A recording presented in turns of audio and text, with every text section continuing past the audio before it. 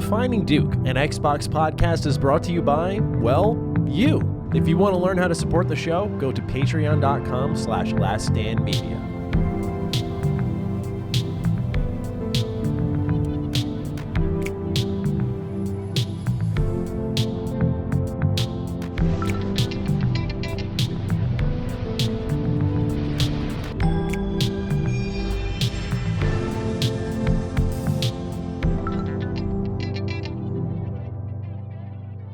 Salutations, everybody. It is Maddie here today, and welcome to episode 100 of Defining Duke, an Xbox podcast. Cog, we made it. We made it, man. 100 episodes, man. Like I said, I said it many times before. It's like, it still feels sometimes like when I first, came on board, and just to see how many we've put in, and the history of the show and the love we're getting. And I'm seeing some Spotify, like people putting Dukes, and I'm like, Spotify Wrapped. Love it. Yes. And no, man, it's a pleasure. It's been a pleasure to work with you, and you always bring the energy every show. This is fun. So congratulations, my Duke brother. We made 100. We did. Absolutely. You joined on episode 26. And when I saw that, because we're going to reflect a lot in this episode, we got some questions about it. And I feel like I may have made the wrong call by saying, let's not celebrate, because what I meant was more so like, let's not distract from the overall content we produce. But we have some great inquiries from our audience that we're going to get into sort of as a celebration of episode 100. And I was thinking for the 100th episode of DDU, we will do sort of a Q&A where we'll just let people throw whatever they want at us, and we'll just go through it and dive into the history of the show and ourselves and celebrate that way. But it's crazy. You joined at episode 26, man. You've been here way longer. I don't know why. I always think it's like just last summer or something. But bro, you could have told me episode 60 something. I'd be like, yeah. Like, I didn't realize it's that many we've done already. Yeah, we've done a lot.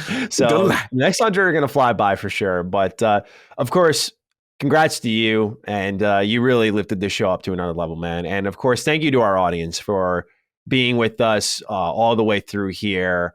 It just means the world to us that we can continue to produce this show and try to make what is the best Xbox podcast available on the market. So thank you to you all. And hopefully within the next 100 episodes, we'll accomplish all of our dreams. We'll get Todd on the show. We'll get our third host finally, and so on and so forth. So with that, our usual rigmarole, we got Defining Duke Ultimate over on Patreon. It's there we dive into both Xbox and PlayStation's agendas with Hogue Law. It's definitely one of our better episodes. I had a lot of fun with it. Hogue was just hard carrying, man. That guy showed up exhausted, but he was going off and really gave us a lot of juice there. Of course, I know some folks have expressed fatigue with the Activision Xbox topic, and I totally understand that. But this was a really good talk that goes beyond it with a sense of authority, thanks to Hogue's presence. So shout out to him. And Cog, what was the review of this for our patron exclusive Defining Duke Ultimate episode? Man, absolutely excellent, man. The Ultimate is, I told people where it's at. Get on that Ultimate. And Hogue was, like you said, he was a ball of energy. Yeah. The man came through. And listen, we all get it. Everyone's like, yo, Activision Blizzard again. I get it. But it was like so much relevant information because some updates did happen. And me and Matt, we've had these discussions before. And it's like, when we do get the opportunity, first of all, shout out to you for doing the cut-in when the news broke last week, for holding me down, because I'm driving thinking about Thanksgiving. I'm like, oh man, damn. I'm like, he was like, can wait. He was like, it just broke down. I'm like, damn. He's like, dude, Cog, I got it. I was like, oh, I appreciate you, brother, because it was obviously during that time. So salute to you for doing a double duty. You were doing the right thing. So I was like, all right, but when I come back, let's bring Hogue. Let's do it right. Let's really break everything down. Now we got more chance to settle. And he really broke it down. Even the cops agree. I mean, they think he broke that. Shout out to the cops. They're parading through for episode 100. That's what they were doing. Episode 100, 5-0. So, like he was really good. And what I like about the thing about him is he gets away from the hyperbole and the actual process of what's actually happening. It must listen so people can understand what's happening there with this whole thing. 100%. So that's over on patreon.com youtube.com/laststandmedia. I'd like to say we've really hit our stride as of late with DDU. We've put out some really good episodes, so you'll get access to those. I don't know when or if they ever go free. It's very different from Sacred Symbols Plus, where they're producing more, so more goes free for them. But for us, you have a better chance of hearing it all if you go over to Patreon, throw us a buck. You'll get all that good content, and we're happy to have you here and build the Defining Duke empire. Otherwise, tickets are still available for An Evening with Last Stand 2, the most overrated games of all time. That show is the evening of Friday, February 24th, 2023 at 7 p.m. Central Time at Houston's Zilka Hall at the Hobby Center. Again, they're still available, and they'll cost between $60 and $91 with fees and taxes included. Again, available to the public, so not just patron only like they once were. So if you're interested in meeting us, getting some stuff signed and whatnot, and hearing us talk about the most overrated games of all time, I finally thought of mine. I know exactly what it's going to be, and I'm excited. You got yours? Yeah, I got mine. So yeah, okay. it came to mind when I was in the shower. I was like, oh, fuck yeah. I was like, this is it. That probably didn't sound good, but my point being, it came to you in the shower. Oh, fuck. It was an interesting combination. We're going to let you rock, though. Yeah, thank you. But I'm prepared now. I'm prepared. God, now I'm disappointed in one thing. You haven't said anything about my what I'm wearing on my chest, man. Oh, I just peeped. Yo, you got the fire. You got the fire. Bro, the classic Combat Evolved. Now, I was going to do it. Now, shout out to you because I had to make a tough decision. I was like, should I get the hoodie? I know bad. Go get the hoodie. And the hoodie was fire. I did want the shirt, though. Oh, you're a shirt guy. Yeah, you know what I'm saying? But if the hoodie, I was close. Like, so I was like, all right, but the shirt did come. And I got it. I got the joint. So I was trying to you because you was like the double X. I was like, at least I get it in double X. I have some version of it. Yeah. But yeah, it did come. But yeah, man, that's when I got that email, it was right there. Like I just immediately zipped to the gear store. For those who are listening on the go, I'm wearing my Halo Combat Evolved, my favorite personal Halo game. Yes. They had a hoodie on the Xbox Gear Store, and usually I don't geek out, but they've really improved the Gear Store since we last talked about it. And this one's got the OG box art on the back. It's got the only on Xbox stamp from the original generation. Like, I missed that. I miss that energy, man. They got to bring back that stamp. Like on Starfield, imagine seeing that stamp. Oh, that would be a classic vibe. That would be a vibe. They had it on the 360. They had it on the original, and they just everything. Like that's the one carryover from the one that they could drop, right? Like bring the stamp back. Bring the stamp because it's a tradition thing. It's you know what I mean, and it brings to your history. So yeah, I'm with you on that one. Speaking of history, got some write-ins from the audience here. Let's start with Alex Kilgore, one of our longtime listeners, with a nice letter to us, Cog, to set the good vibes for the show, and then we'll get into the games in a little. Hey Dukes, I just want to congratulate you both on 100 episodes of Defining Duke. I know Maddie isn't big on celebrating milestones, but I feel I should wax poetic about you guys for this accomplishment.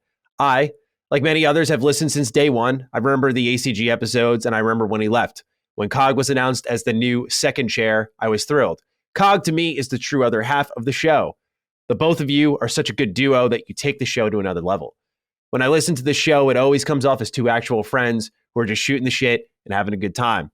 That's what makes this show the best Xbox podcast. The dynamic you guys have is wonderful. I don't think you all get enough credit for the amount of work you put in. Defining Duke is the main reason I continue to keep my subscription to the Patreon.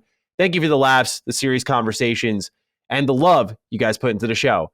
I look forward to listening to you guys for the foreseeable future, and I hope you have an awesome day. Thank you, Alex. And again, a lot of people, you'll hear a lot of our write-ins start off with the congratulations. We just want to say thank you to everyone. Again, we really do appreciate you and your write-ins and staying topical, staying pithy, and really making this show turn. I mean, without your write-ins, what is this show at all? Absolutely. No, the community has been amazing, and shout out to Alex and everybody that wrote in with that type of energy because, like I said, me and Maddie, we talk offline a lot, and one of the things is, people don't realize it's difficult with all things that we do, and one thing I love is the energy that we kind of lift each other up and we get it, and then when you get that from the community, it just justifies why we're doing it and keep the energy to continue. So salute to everybody that does that. It does mean a lot. You have no idea. Yeah, through the tough times.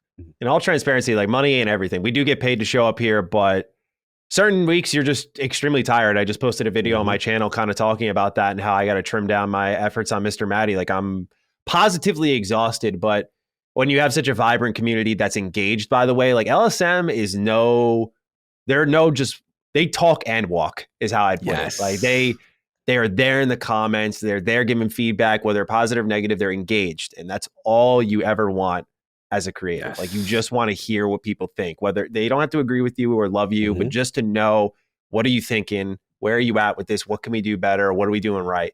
It's all we want, and you all provide that in spades. So thank you again. Absolutely. Thank you. I'm done kissing your ass now, so let's continue. Back to the slander. Now pay me. No doubt. Johnny Questicles is our next write-in. What's up, guys? Last week, Maddie mentioned couriers leaving large parcels in front of the door, preventing the door from opening. I'm a mail carrier, and I see shit like this way too often from all companies. The worst I've seen was when an Amazon delivery guy left the parcels, a couple of dozen of them, for an entire apartment building in a big pile in front of the mailboxes in the open air, unsecured entryway. So it got in my way. The residents had to sort through the pile to find their packages, and they could have easily all been stolen since it was just a few feet from the road and a sidewalk. What a bunch of fucking amateurs. Rest assured, there's a few of us out here who actually give a shit. Also, Maddie, in a Retro Rebound video, you asked if GameStop or the post office that did the rubber banding for the packages that put them together on your video. This is useless trivia, but we call the small ones SPRs or Spurs. It's us. We're up to our balls and rubber bands at the USPS. I use them constantly. Keep up the great work, boys, and congrats on 100. Now, I wanted to revive this topic about the courier because I may have jinxed myself last week, right? What happened? It's been pouring here in New York. Yeah. And I come outside to walk Rev in, crack open the door. Oh, there's a box with my name on it.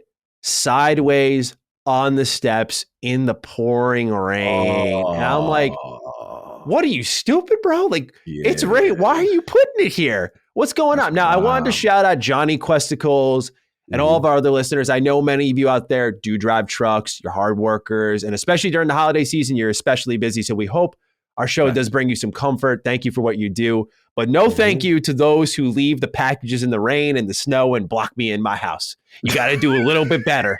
From yours truly, Mr. USPS Place. Yo, salute. Nah, they be wild. You see like just the lack of, not caring and just throwing stuff randomly and just the main thing is the unsecure part. That's when I really had to chill with USPS or sometimes.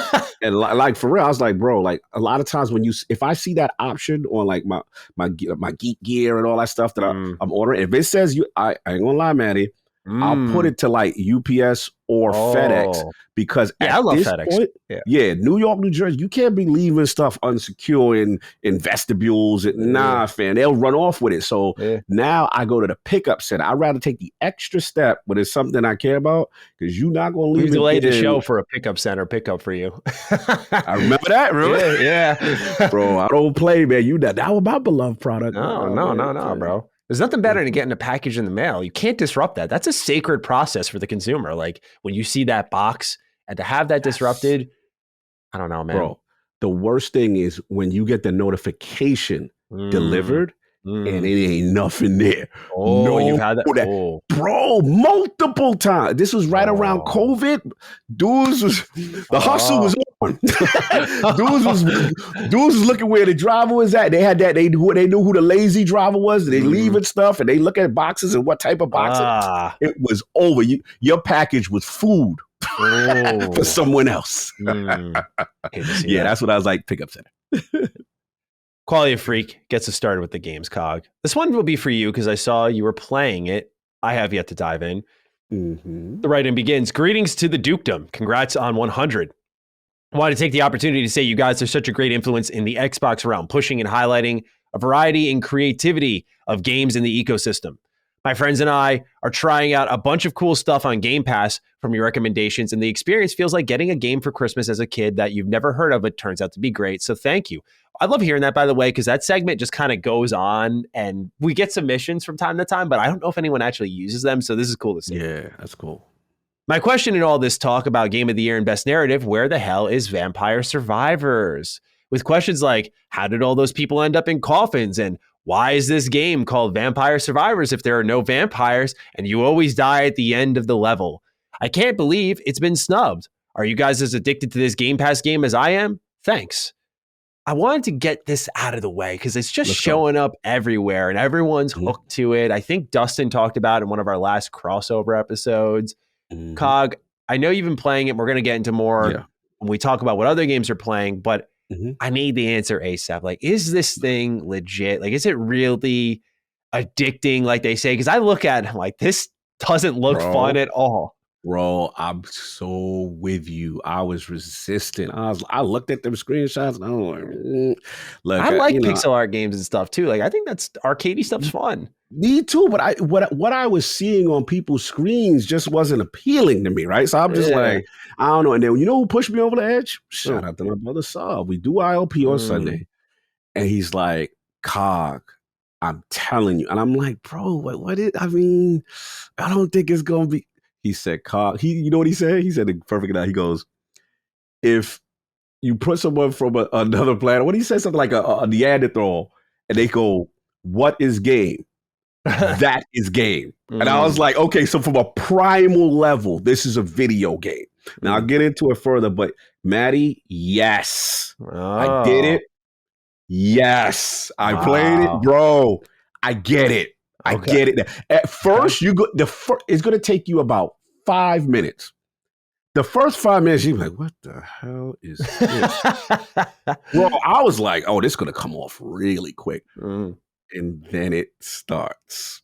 And I'll get into it further when I get into my game, but unless you want me to get into it now, I can get into it now. We'll get into it a little bit, but I want to make sure, is it real? And you seem to have the hope. Yes, cosign. Wow. I've been converted.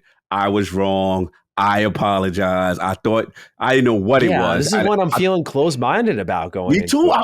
Bro, I felt like hell. Like I felt like a young person being really resistant to like doing homework or something. And I was like, nah, that don't look like it's it. Y'all look like y'all capping or whatever. Nah, I was wrong. You got to play it. You have to play it, and then you get it. Okay. Well, we'll get into it in a little bit, but let's begin with some quick news bites here.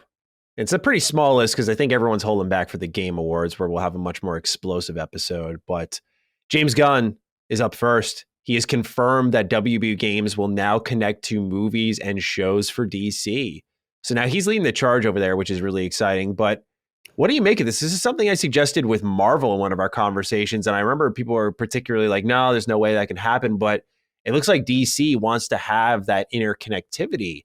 And I was thinking about what ways they could go about it, if it's just cameos, or maybe my assumption would be the same design of the hero. Like, normally you get different costumes in every rendition of them. Maybe it's all connected in that way. But how do you foresee this? Because I imagine it's hard to have part of the story in the game and part of the story in the show. But James Gunn loves video games, which is where a big factor plays in this. Like, he could probably envision something differently from your average company head. So what do you make of WB Games connecting to movies and shows for DC? I like it, especially with James involved, you know what I mean? Because creatively, with Guardians, I believe it was Guardians of the Galaxy, that's his baby. And I know Maddie wasn't a fan of the movies per se, but you know what I'm saying? Like, I like, yes, that was you. The sensibilities of it are fun. And I think if anyone's going to be a way to kind of bridge the gap between the genres like this, it's him. I'm all for it. I mean, listen, I think we're at that stage now in gaming, and I got to shout out, Spider-Man for PlayStation, where I think developers, they get it, right? Developers, they understand what we want now. Just don't slap the title of the movie and try to cheap out and not have a real proper exposition and a narrative that is gripping, compelling on video game standards. Because there were a lot of license abuse is what I was considering. They knew they had the flashy title, the flashy movie, whatever. Now with the TVs, they could get creative, man. WB's got properties. They could get creative. They could do some things.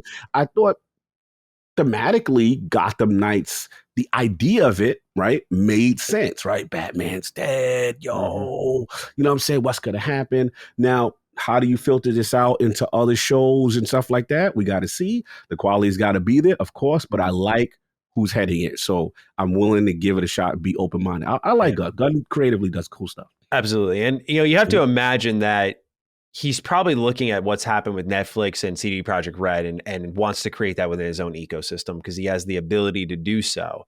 DC's already known to produce movies and shows. Like, imagine if they had a Batman game around the time the Batman movie dropped. Ooh, right? Cross Dude, promo, crazy. yeah, right? Like, oh my God. But that's hard to synchronize. But if you get that in the same quarter, maybe, I mean, Yeah. that's huge, right? So, Yeah. and you were seeing that movies and shows are retroactively activating these games. So they're coming out years after the game. So what if you're in just a year's proximity of these shows and movies as a game? What kind of impact does that have? So I think we're going to see a pretty significant transformation down the stretch here with how all three of these intersect. Yes. And I'm keen to see what DC does. I agree. I think that's the evolution, and I think that's what these corporations want. Mm-hmm. They see the potential. It's mind blowing, and there's money to be made if you do it right. Absolutely. Next on the list here, The Witcher. We all know it's getting a remake, but now it's been confirmed it's going to be open world. So for those who have never seen the first Witcher game from, I believe, 2007, this is a game that is not like the others, we'll just say. Very sloppy looking combat. It's broken up into levels. Once you go forward, you can't go back. Very old school in its design, unlike The Witcher 3, which is very open-ended. There's a rabbit hole of quests everywhere you go. And Witcher 2 kind of falls in the middle. It's segmented, but it's much more open, but not as open as The Witcher 3. And so right now, Doug Cockle, the lead voice for Geralt, has not received the call for The Witcher remake, but I imagine he eventually will. Cog, I never got really a hype check for you on this one in general, and how do you feel that it's going to be open world? Because I recently went back for a video to play The Witcher 3, and I was reminded of how good it is, how great it looks, but also how, I want to use this word delicately, but I'm going to use it for a lack of better terms. I'm just going to use the word for lack of better terms here. No slander, because I love the game, but bloated would be the term I'd use. Like a lot of side content here, like Ubisoft level. And a lot of it's very good, which people don't care at how much they offer at that point. So I get it, but there's a lot. So when I heard it was open world, I was thinking, okay, are we going to get that again, where we have a million question marks for monster nests and bandit camps that you just clear out? Sometimes I think less is more, and it's hard to recognize that when you have a ton of money, where when your budget's limited, that limitation leads to innovation. Where here, CD Projekt Red, they know this is their baby. They know these things splash. So they're probably going to throw a ton of cash at this. It's going to be probably bigger than The Witcher 3, you'd have to think. But I'm curious what you feel about this one, because I am excited. I've always been a believer in CD Projekt Red, but I do worry. I liked how Cyberpunk was digestible. Cyberpunk was, you could beat that game in 25 hours, main story. There's more to do beyond that, but it was digestible. I worry about how digestible The Witcher 1's remake will be. So what do you think? They've got some tough choices creatively because, obviously the genre is different, so to speak. It was created differently from the third one, and the jump, the technology jump. So I think what's going to happen to their advantage is that there's going to be people like me who did not play the first one, right? And are going to be like, okay, I'm willing to accept it in this format, in this package with a modern day feel, so I can really get a sense. Because my understanding is this: look, for that game to come out and then lead to 3, there had to be foundationally something near Geralt that really resonated, and the stories that were told there, people saw the potential. And it almost reminds me of Fallout in a way, right? Because it's like, now you have my attention. Right. Like, it's this great, car-based, whatever game, complete different genre kind of game. Todd Howard and the team get it. And then it's like, okay, we're going to envision it now as this new modern thing with Fallout 3, but we're going to respect the DNA of why people love it. So at least those original NXL guys understand what Fallout is, right? And we're not going to, disrespect you. So that's what I'm hoping for this. I think this is great. It's going to be an unreal, modern audiences, let's be honest, are going to want that hashtag just one open world energy. And I think it's gonna come off like a new game to a lot of people. Think about Mass Effect 1, right? It's just like there's a lot of people that didn't play the legendary. I mean, any of these games, it's gonna feel like a whole new thing to a whole generation that's gonna want the beginning. And I think there's not too much you could do to really mess this up if you respect it and do your due diligence. So I'm pulling for CD on this one. I think this should be a slam dunk for them. you really can't. You've got the template. If you mess this up, like, come on, Yeah, it's all there for them. So apparently, The Witcher 1 has like a great story and everything, which is unsurprising. So I imagine this should be a home run for them, but famous last words. Yeah, we'll see. Hopefully, don't blow it up too much for me. Yeah. All right. How about speaking of blowing up here? What is this giant file size that's been uploaded onto the Microsoft storefront? It's a mysterious 43 gigabyte game, a Warner Bros. Game, and we're just ahead of the Game Awards. Now, this could be a number of things. Of course, we have games we could guess around about, but this could be, your first thought is maybe a beta. This could also be a game uploaded to the storefront so that developers can test their games at home. But what WB game would you speculate this could be if it were to be like a demo or something that would be unveiled at the Game Awards? Like, do you think Suicide Squad? Maybe, right? That's the only thing. Yeah, right. That's the one thing that comes to mind. Like Wonder Woman single player, that was already confirmed. I mean, how far are we out with Ed Boon and the crew? What's going on with Ed Boon? What's up? We gotta look in. We gotta check his timeline. Has he been saying anything cryptic? That's a good idea. I could check his Twitter right now. He's a funny man. He's a funny man. Then we heard, what was it, that Injustice was on hold. The reason why they pivoted to Mortal Kombat, Injustice was on hold, right? Because of the issues there. Yeah, we got to check on Boom, man. He's been quiet. He's been posting some Mortal Kombat content. Yeah, he's been in his Mortal Kombat bag as of lately here. Yeah, but I mean, the only thing is, I do feel when did Aftermath and all that stuff come out from Mortal Kombat? When was the last one? I feel like it's too soon almost. Let's see here. MK Aftermath release date. Look at this preparation, folks. Just Googling on the fly. Aftermath, it says 2019. Is that true? Yeah, that feels about right because it feels like it's a late. So Mortal Kombat 11 came out April 2019. Yeah, it's too soon for Mortal Kombat. You think? Yeah, it's too soon. It says the expansion was released in 2020, May 26, 2020. Entitled Mortal Kombat 11 Aftermath. 2 years, I mean, it depends how much they reuse. Yeah, I mean, I guess, maybe you could throw the whole team's not going to be on the expansion, right? So, right. That's true.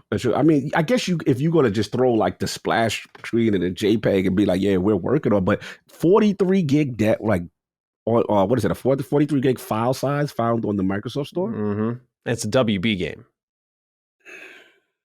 Gotta be something else. I'll have 4 years by next year. So yeah, my gut is still something else. I would be shocked if it's an MK. I'm gonna lean Suicide Squad. That's what I'm doing. That seems like the safe like a little beta or something like that. Yeah, press test that game because it's been a while since they've dropped something. They got to get it right. So we're generating some hype for it because right now I think there's more concern than anything. Yes, at least for me. I'm speaking for myself.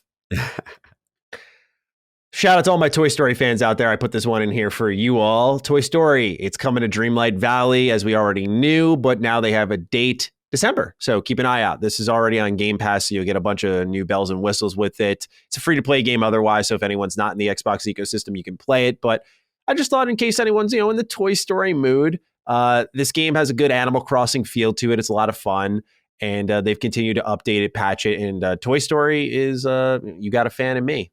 That's all I'm saying. Yeah, we know one of the greatest games of all time. Yes. I'm not kidding, man. That's like an easy top 20 for me, for real. Baby. That's what's up. All right. This one pleases and disturbs me greatly. Capcom. They're really on fire as of lately, and they have made some trademarks. Mega Man 12 through 15. Now, Colin, probably his little peckers just got erect on that one. He's like, yo. But for me, it's completely different, bro, because I'm an X fan. Yeah. And X is wall jumping, playing as Zero, the mobility, the ability. Something about how the X game feels. And it's not like I can't go back. I just think, honestly, they're more manageable for people like me because OG Mega Man game, shout out to Colin. Like, he crushes these games. I've watched the playthroughs on Kind of Funny and so, oh my, how? But on X, it's like, oh, I feel like Colin right now. I'm like, okay, I'm decent at these. But I think it's because X gives you more tools to get around. And the progression there is better. And I like the stories more because it's more focused on war. But like the classic Mega Man, that has the bigger fan base. Mega Man 11 was the most successful Mega Man game ever. So I totally get why Capcom's doing this, but where's my X9 at? If you're going to do 12 through 15 or at least trademark it, where's my X9 at? Now, I got to not be too selfish, right? They're giving me a Battle Network collection, so that's there. That's the one I wanted the most. But, Cock, where are you at with Mega Man as a series? Do you care at all about the Blue Bomber? I hate to admit this, but I never cared. You never played him at all? No, I played him. I just don't. Not that I don't get it. It's just he don't resonate with me. I don't know why. I get it. I get it. There's so much Mega Man. Yeah, he looks cool. He's got the thing. Flash Man, this man, that man. Like it's cool, and the art style is cool. Oh, I don't know. You know what I need to do? We need to get my boy from Last Word, Ebontis. He's just like you guys. This guy is Mega Man to the core. And I think I know what it was. I think I know why. I think it's an NES thing for a lot of Nintendo guys that grew up with NES. And they gravitated towards it with the console. Whereas me, I was a Sega kid. So I came to Mega Man late. So I missed the whole zeitgeist of Mega Man, so to speak. So I didn't get it per se. I came later than you probably. True. Yeah. You know what I'm saying? But I'm going to assume you played the originals, though, right? I mean, I played. What was your first Mega Man game?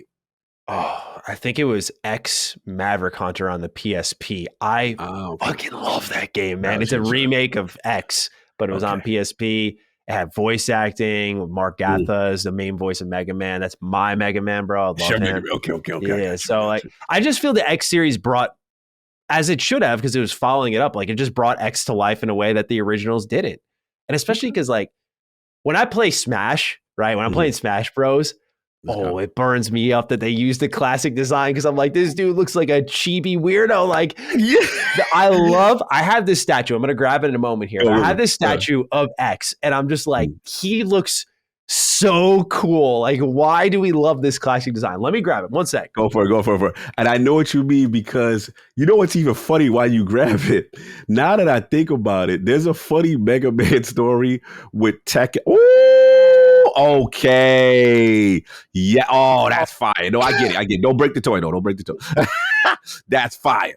No. There's a classic Mega Man story with it was a failed game. It was Tekken Cross Street Fighter, and he was one of the Capcom characters. And it's the busted, overweight kind of looking Mega Man, sloppy, look like he just ate too much pizza, like that. And I'm like, yo, why would they do the fan base like that? Why would they get that? What was that, Street Fighter?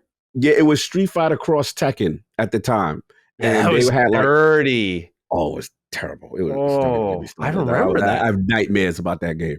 But that game actually has a great retrospective on all the issues in development. That is an interesting story. I highly recommend people watch the development hell of Tekken Cross Street Fighter and all the foolishness they tried to do and why it failed. But anyway, long story short, Mega Man part was in there, and I saw that the character design, and I feel you, man. I was like, that's not it. So yeah, I get you on the X thing. Yeah, but I'm excited. I'm just happy that, because Capcom's on such a high. I just want to see them take Mega Man now, and in the early 2000s, they gave Mega Man this abnormal level of attention, where they made the Zero series, the Battle Network series, the NT Warrior anime. They made everything, X Command Mission. They made Network Transmission, the classic X games. They just made so much Mega Man, and then they stopped for a while, which made sense. People were just like, all right, enough, dude. It's so much Mega Man.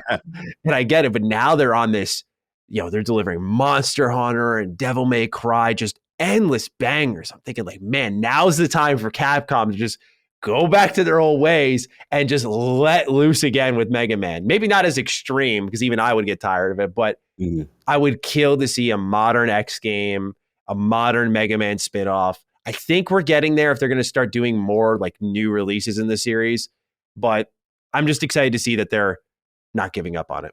Bro, 12 through 15. Oh, they committed. They are in. They are in. Mm-hmm. They're also in on Monster Hunter, as Insider Gaming has reported that Monster Hunter Rise is coming to Xbox Game Pass January 23rd. This is a big deal. This is a really big deal. It's leaving the Switch. It's leaving PC. Well, it's still going to be on those systems, but it's now coming to PlayStation. It's coming to Xbox and Game Pass. I mean, this is something we know they want, right? They've been working with, what was the company that was doing Certain Affinity. Thank you. Mm-hmm. And they're working on a Monster Hunter game reportedly. So this is something we know Xbox wants, and this will be a good testing ground for them to see what kind of fan base lies within Game Pass for this type of game. And they had, I think, Monster Hunter World for some time, but Rise is fun. I don't know if you've played any of Rise, but it feels a lot better than I'd say World. Like World was good because of content and customization, but Rise, I think, has a better gameplay feel to it when I played it on the Switch. And I do recommend people check this one out. It's a really good time. And that graphical fidelity would be nice. And it's going to look good too, yeah. Whew. Yeah, that was the sacrifice he had to make back on the old Nintendo Switch. And it also ran well on Switch, by the way. I should add that. Yeah. I heard good things about it, but I like where it's going. Yes. You're going to play it in the right spot. Yeah, now if we can get Astral Chain, which will never happen, and Marvel Alliance 3, then I'd be, man. I fired up Ultimate Alliance 3 for a video just the other day, and I was like, I like this game, but the character progression is so mobile gamey. It's disgusting. So mobile. It's bad. It's currencies and currencies and currencies. I'm like, just let me level up. The original game just had a point system, and that was it. You just put the points, and that's it. They got it. Oh my God! Don't even get me started doing the co-op in the online. Yeah. Well, how about I get you started on something else? Mm-hmm. Tekken 8 at the Game Awards. Oh, he's dressed. That's what the shirt was. I was wondering. He got the Halo shirt, and he wasn't wearing it. That's what the shirt was. The Tekken shirt. There it is. You should not have shown me that. Wardrobe change at the last minute. Bro, you should have never put me on to this. I had no idea. And what's funny is, shout out to on Twitter, I forgot who it was that asked me, was like, what's your, shout out my man Mads Gaming. He asked me, he was like, what's your like 4 most anticipated games for 2023? So I go through the normal list, Starfield and this and that. And then I don't know what I was like, I don't know, but I said honorable mention, if possible, Tekken 8. Just thinking, long shot, maybe they'd be bro. And I saw that little package. Yeah. And it said, stay tuned to the Game Awards. And Harada has been very coy. They did it at EVO, the nice little setup with the Kazuya trailer. Yeah. I mean, it was for Tekken purist. That's why I have this is the original Tekken 1 logo on the shirt for PS1. And when he showed Kazuya dropping height, like that was a classic cinema. That was the first time fighting games had like endings, so to speak, and for each character. And I remember I was like, yo, what is this game? I was like, this game is evil. Like, what's it? It got me, the whole Devil G. And so there's so much story to be told. We want to know now what happens, Kazuya versus Jin, son versus father. They could go so many ways. And I'm dying to know what they reveal. Are they ready for 2023? That's the other thing. Unreal Engine 5, that thing looked phenomenal. It showed well. I think it was the PlayStation State of Play is where we saw a little bit more of it. I think it was the first time we saw it. Bro, Unreal Engine 5 was outside looking gorgeous. So we got that. And the only thing I am surprised, I'm happy we getting 8, but I am surprised because usually the cadence is Tekken, then a Tekken tag, then you wait another couple years. And then, so technically it's Tekken tag time. So I was like, okay, we going straight to 8. Let's see. The last question I have is I want to know what they're going to do with the Akuma situation, because remember that was the big crossover in 7 and he was considered canon. And is he still in it? Like if you beat 7, there's a special match. Yeah. And they got to explain themselves what happened. So between Kazuya and Akuma. So yeah. But that man was tough. I had a lot of trouble beating him. Bro, he was ridiculous. He was busted. Yeah, he's ridiculous. But yeah, I'm super. Listen, Tekken is my heart. Tekken is my heart. Everything's gonna start. I cannot wait. The Game Awards now. I'm fully tuned in for all the footage. Yeah, I'm ready. Good. I'm glad. Yeah, I can't take away from your hype at all in the sense that, or I think I'm on your level because I loved Tekken 7. I've grown up with a lot of Tekken, but I know that's your heart. But like, man, I'm excited to see more. I thought the game looked excellent, and I really haven't been glued to a fighter since Tekken 7. Like it was that and Dragon Ball FighterZ. Like those two were some of the best fighting games of last generation. They both came out the same year. Like, oh my goodness, bro. What a wonderful year for fighting games. So I'm excited to see more of Tekken 8, and I'm a day one on that, no doubt. Yes. The Ocho. Shout out to my AEW fans who get that. All right, Grounded. Got an update 1.10 out right now. They've increased the backpack inventory space. Zip lines can now go upwards. They had some changes added to mutations and much, much more. Like we'd be here for a full episode if I ran through the entire patch notes, but just know they are supporting it. They're calling it their holiday gift to the audience. So if you are in Grounded still, then you can go ahead and check out this new update with some of the new features and read more about it. Oh, yeah. I'm curious what you think of this one, because Final Fantasy has tackled mature themes in different ways, but now they're saying Final Fantasy 16 will include the following: hate crimes, drugs, and prostitution. This is all according to its age rating. And we've seen them kind of shirk off some of the mature themes they could tackle in the past, but this one looks like it's going all the way. And it already had a different vibe when we saw the gameplay. And I know this is a PS5 game, so some may wonder why we're talking about it on an Xbox show, but my answer is it looks fucking awesome. So I want to talk about the game, but Cog, I'm just wondering for you, like, what do you think about how they're tackling these mature, or not? I guess we don't know the how, but what do you think about the mature themes they plan to tackle? Apparently, I mean, I'm generally, you know me, I'm always about the artist, the creation, you know. So look, if you want to do it, I'm all about the game developer doing what they want to do and tackle, and as long as you label it, you know, hey, there's going to be this in it, and you know, kind of thing. Like for the most part, I don't have too much of a problem with it. You know, mature themes, nothing new. You know what I'm saying? I know it's the times we're in right now. It's a lot of sensitivity towards it and stuff like that, towards what you have in your games like that. But I'm always of the mindset. I'm always going to lean. I always give the developer the ability to create what they want to create. And I don't mind seeing Final Fantasy in a time that's trying to replicate maybe what's going on in real world situations and stuff like that. So I'm very curious to see where it is. The game looked, I believe it was at the Sony State of Play again. I believe they showed it. It looked phenomenal.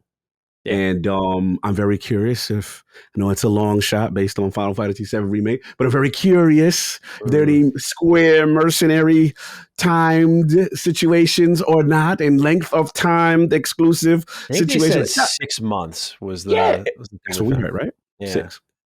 So. Look, if it's 6 months, not too bad. You know, hopefully Xbox fans get a chance to explain. I know where I'm gonna be when the new one, because that one looked really cool, and I'm like, nah, that looks fire. I'm not waiting. I'm gonna most likely get that. No shot. Because I just don't trust Square. I just don't. That relationship with them and Sony, I ain't got time to figure it out. Same thing like Traveler too. You just can't wait. Octopath, Final Fantasy VII Remake. Nah, bro, you ain't having me hoping and praying. I know what to do.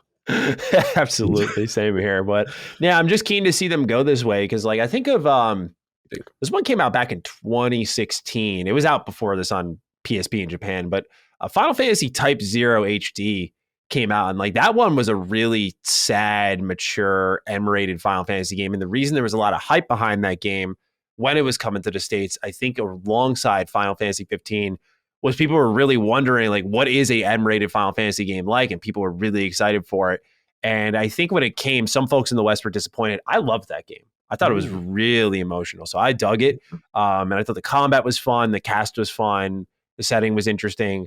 So I'm keen to get more of that style of Final Fantasy. Like, I'm one of the people who enjoyed 15 a lot, soured on it, but still respect the kind of emotional approach that it took. And I don't feel like it lost anything by not tackling super mature themes, but I'm keen to see Final Fantasy go back to that dark area, because I played Final Fantasy VI this year, and like that game does tackle depression, suicide, so on and so forth in meaningful ways. And you just don't see that in current Final Fantasy games at all. Not that they have to do it, but they have avoided it for a long while. Final Fantasy IX is one of the most insightful creations I've ever played, and I just don't feel like we've got that out of current ones. Even the ones I love that are largely disliked, like Final Fantasy 13 as a trilogy. I love that series, but I get why people are sour on it, because it's not the mature thing that people have been searching for. And I think it's why 14 has gained so much steam, because it had that deep, dark storytelling. So Yoshida seems to have a good clue on where to take this series, and I am very keen on Final Fantasy 16. Yeah, likewise. Last one, we'll talk about what we're playing. Sonic Frontiers. Shout out to all my Sonic bros. We're getting treated in 2023. New content on the way. It's a 3-phase roadmap involving little things like photo mode, but then big things like new playable characters. And they showed Knuckles, Amy, Tails. I was like, okay. Because the thing is, the game had so much Sonic Adventure 1 vibes to it. And I think I said in my review, but if I didn't, I said it to a friend. I was like, this game's just missing being able to play as these characters. So now that I see that, I'm like, I know where they're going in I almost called it Adventure 2, but I know where they're going in Frontiers 2 or whatever they're going to call it. It's going to have that Adventure 2 kind of feel. And I am stoked for that because the Adventure 1 gameplay format is so fun. Just everyone plays a little different, especially for its time. It was so revolutionary. Yes. So I'm hoping they can replicate that success here, and this is planting the seeds for that. Literally said what I was going to say. That's literally the appeal of it to me, and being able to play Tails, play Knuckles, the unique field aspect, and it feels like a new game because you're experiencing it through them with their ability set, and that's what I wanted. That's literally what I wanted. So yeah, that's actually exciting me that they're doing that. So yeah, that'll be a shot now for sure. Yeah, because they already got the storytelling down now. A surprisingly emotional tale at the hands of Ian Flynn, writer of Sonic Frontiers. So again, if no one's played it, it's been on a pretty deep sale already. Check it out. You'll be surprised, I think, pleasantly. Oh yeah, it's cop. I'm gonna get to it. It's just you got it. Oh no, I got it. Come on, the Sega kid gotta cop it. I gotta cop it. It's just not when I'm going to get to it because, as I will discuss, there are things out here that I gotta play, and it's still a list I'm going through. But you're gonna be busy this Friday, I would imagine too. So I will explain. Yes. So let's get into it. We're done with some of the game news. Let's talk about what games we're playing. Cog, I want you to go first. Yes, as we talked earlier, you know what I mean? Shout out to Saul, shout out to so many people on my timeline. I see that damn Vampire Survivors everywhere. Had no intention of picking this game up, playing this game, whatever. It doesn't look like it's for me. The same tropes I've always said. And I'm like, all right, Saul threw me over the edge. I'm going to do it. Let me just fire it up. And my mind said, again, you fire it up for a few minutes and we'll get it out my system. And then you think you're in and out, right? It's like going to a grocery store while you're hungry. Bro, right? Like, I didn't know this was the food in aisle such and such that I needed. Yeah, you're just pulling everything off. You're like, I'll probably want that someday. Bro, when you look at this game, you start off, you're like, all right, there's like 3 or 4 characters, but they kind of got that classic 8-bit Castlevania vibe. They got the fake Simon Belmonte kind of names. And they got this little chick and whatever. But you can't like unlock them first. You have to just play, and then you get these things called coins in the game, and then you can unlock when you die. Now, the whole thing is, it's like a overhead type map, and you're just moving around the map, and he's got like the slow little Belmont whip, right? And it's slow, and you up, down, left, and his enemies coming from. Think it's probably before your time, but Soft said it's like for my OGs. Think Robotron, but with Castlevania, right? So basically, the enemies coming from you from all angles, right? Huge map area to move around and try to escape. But what's happening is it's the density of them, and then the durability, right? So then you get the classic Castlevania tropes. You kill a bunch of enemies, they drop the coins, you pick up the coins then start to level you up. Then it'd be like, boom, you're at level 2. This is where it starts. They'd be like, you could pick 3 things. You can have an extra throwing knife. You can make your whip go faster. You could get this holy Bible that now circles around you that gives you AoE damage, right? So you start going, and then it's very incentivizing. It's like, boom, level 3. Now you got this. And now you got to play this push-pull, because as you level, it feels like the enemies are level and they're getting tougher. So you've got to make decisions. And then what's happening is all this chaos is happening. Tougher enemies come, which don't get killed in like 1 or 2 hits. You've got to escape. You've got to move. Then there's like this barrier around the map where like it's like it gets intense. So you got like, damn, if I go against that barrier, I can't leave. So at the end of it, you're going to die. Let's just make no mistake. You are going to die. But it's literally how long you can. And then when you start putting the right combinations together, Bro, it becomes like a orchestra, like a side, like it starts to flow and kick. And I'm like, I got this like wand shooting out. I got 3 daggers. I got the holy water. It's Castlevania survival. And I'm just like, I get it. And then you die. Then you're like, okay. You died, and it's like, okay, you got another cat. You use coins, you can unlock these other characters. I got this chick, and she's shooting, like, they all got their own special abilities. She shoots this slow wand, but it's powerful if it hits, right? So you're like, okay, I see her thing. So I gave her some fast daggers, and you start making builds. Bro, builds, it's addicting. Yeah, it's addicting. I get it. I was wrong. The music is fun, and I guess it's made by one person. I think somebody told me it's made by like one guy. Bro, he got one. He got one. This you got. What's your question? My big thing that pushed me away was less how it looked like a mess, and more how it's just you move the left analog stick. So what is it? Just a dopamine kick kind of game? It's so basically you can use the directional pad. It's whatever you directionally point at is where your projectiles will shoot, right? You don't have to button mash at all. Like these things will happen for you as you acquire them. I just worried about it playing itself is why I was No. It's adrenaline because it's overwhelming.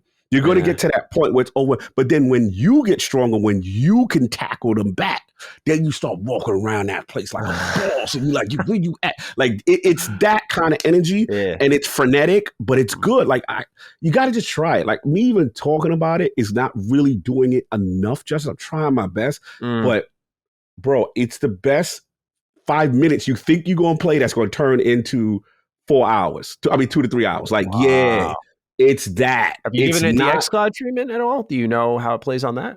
I have. It looks like a good xCloud game. Yeah, this is definitely an xCloud game. You could definitely do it. This ain't. But I will say this: he pushing a lot of sprites as it gets more intense and it gets crazy on the screen. Like, so yeah, give it a shot, man. Trust me. I think I'll try it this weekend. I will. Yeah, 5 minutes fired up, and then of course now the second game, which I feel bad because I'm so late to get into it, which is Playtale.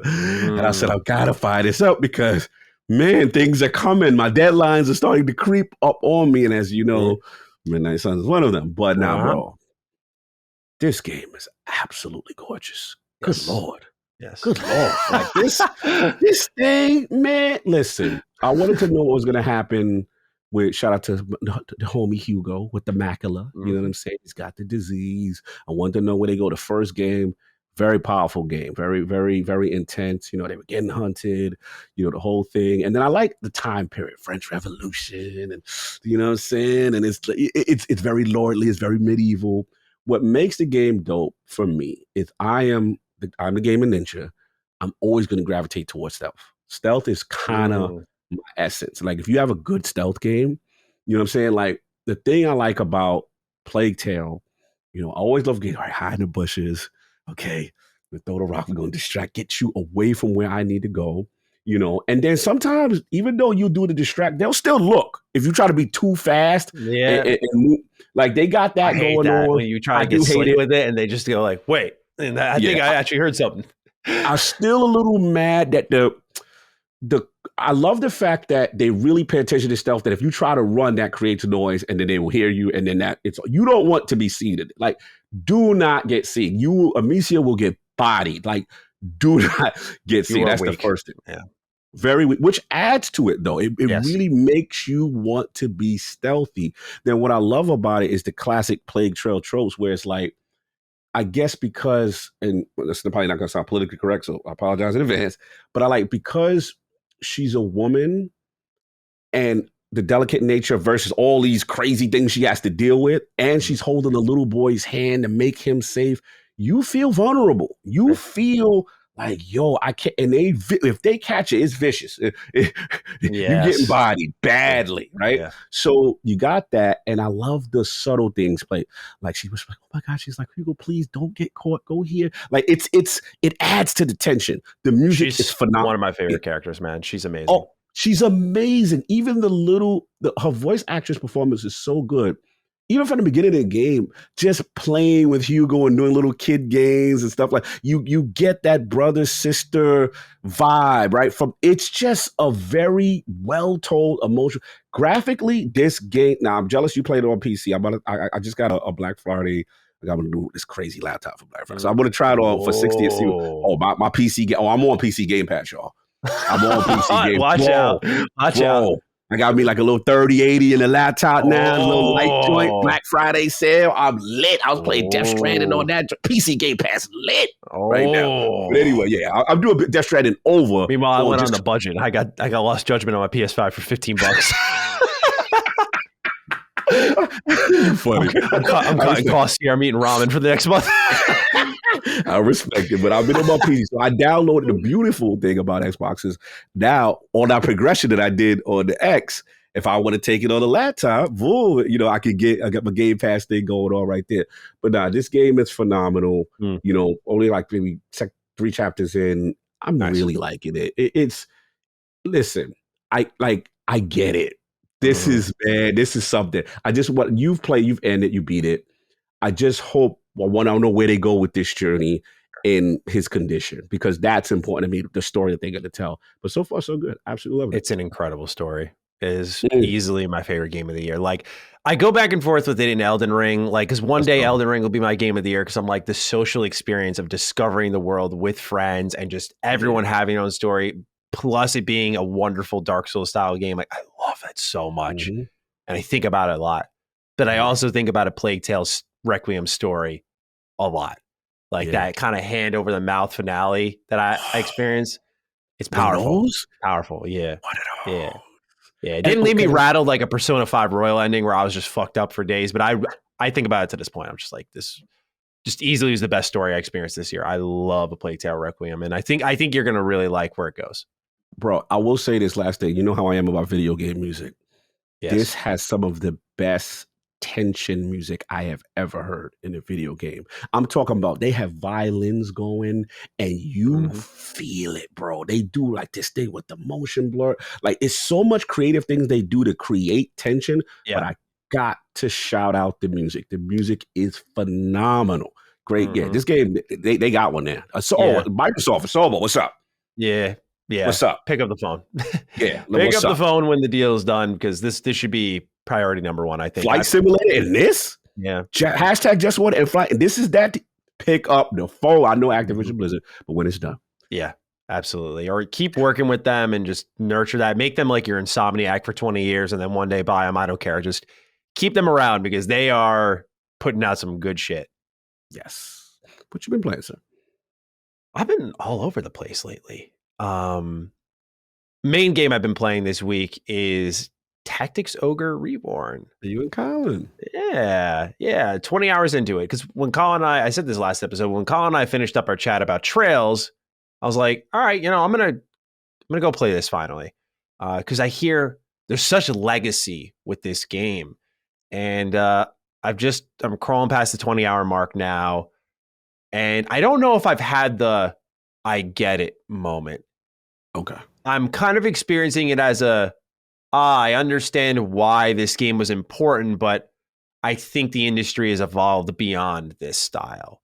And the reason I say that is Triangle Strategy came out this year. And I think without Tactics Ogre, Triangle Strategy wouldn't have existed. So you love and respect Tactics Ogre. But Triangle Strategy, in my opinion, just took things it did and evolved them and just did them a little bit better. And that's okay. We're talking about like a 15-year gap or something like that on a game that at least came out on the PSP during my time. And I think before that was the Super Famicom, maybe.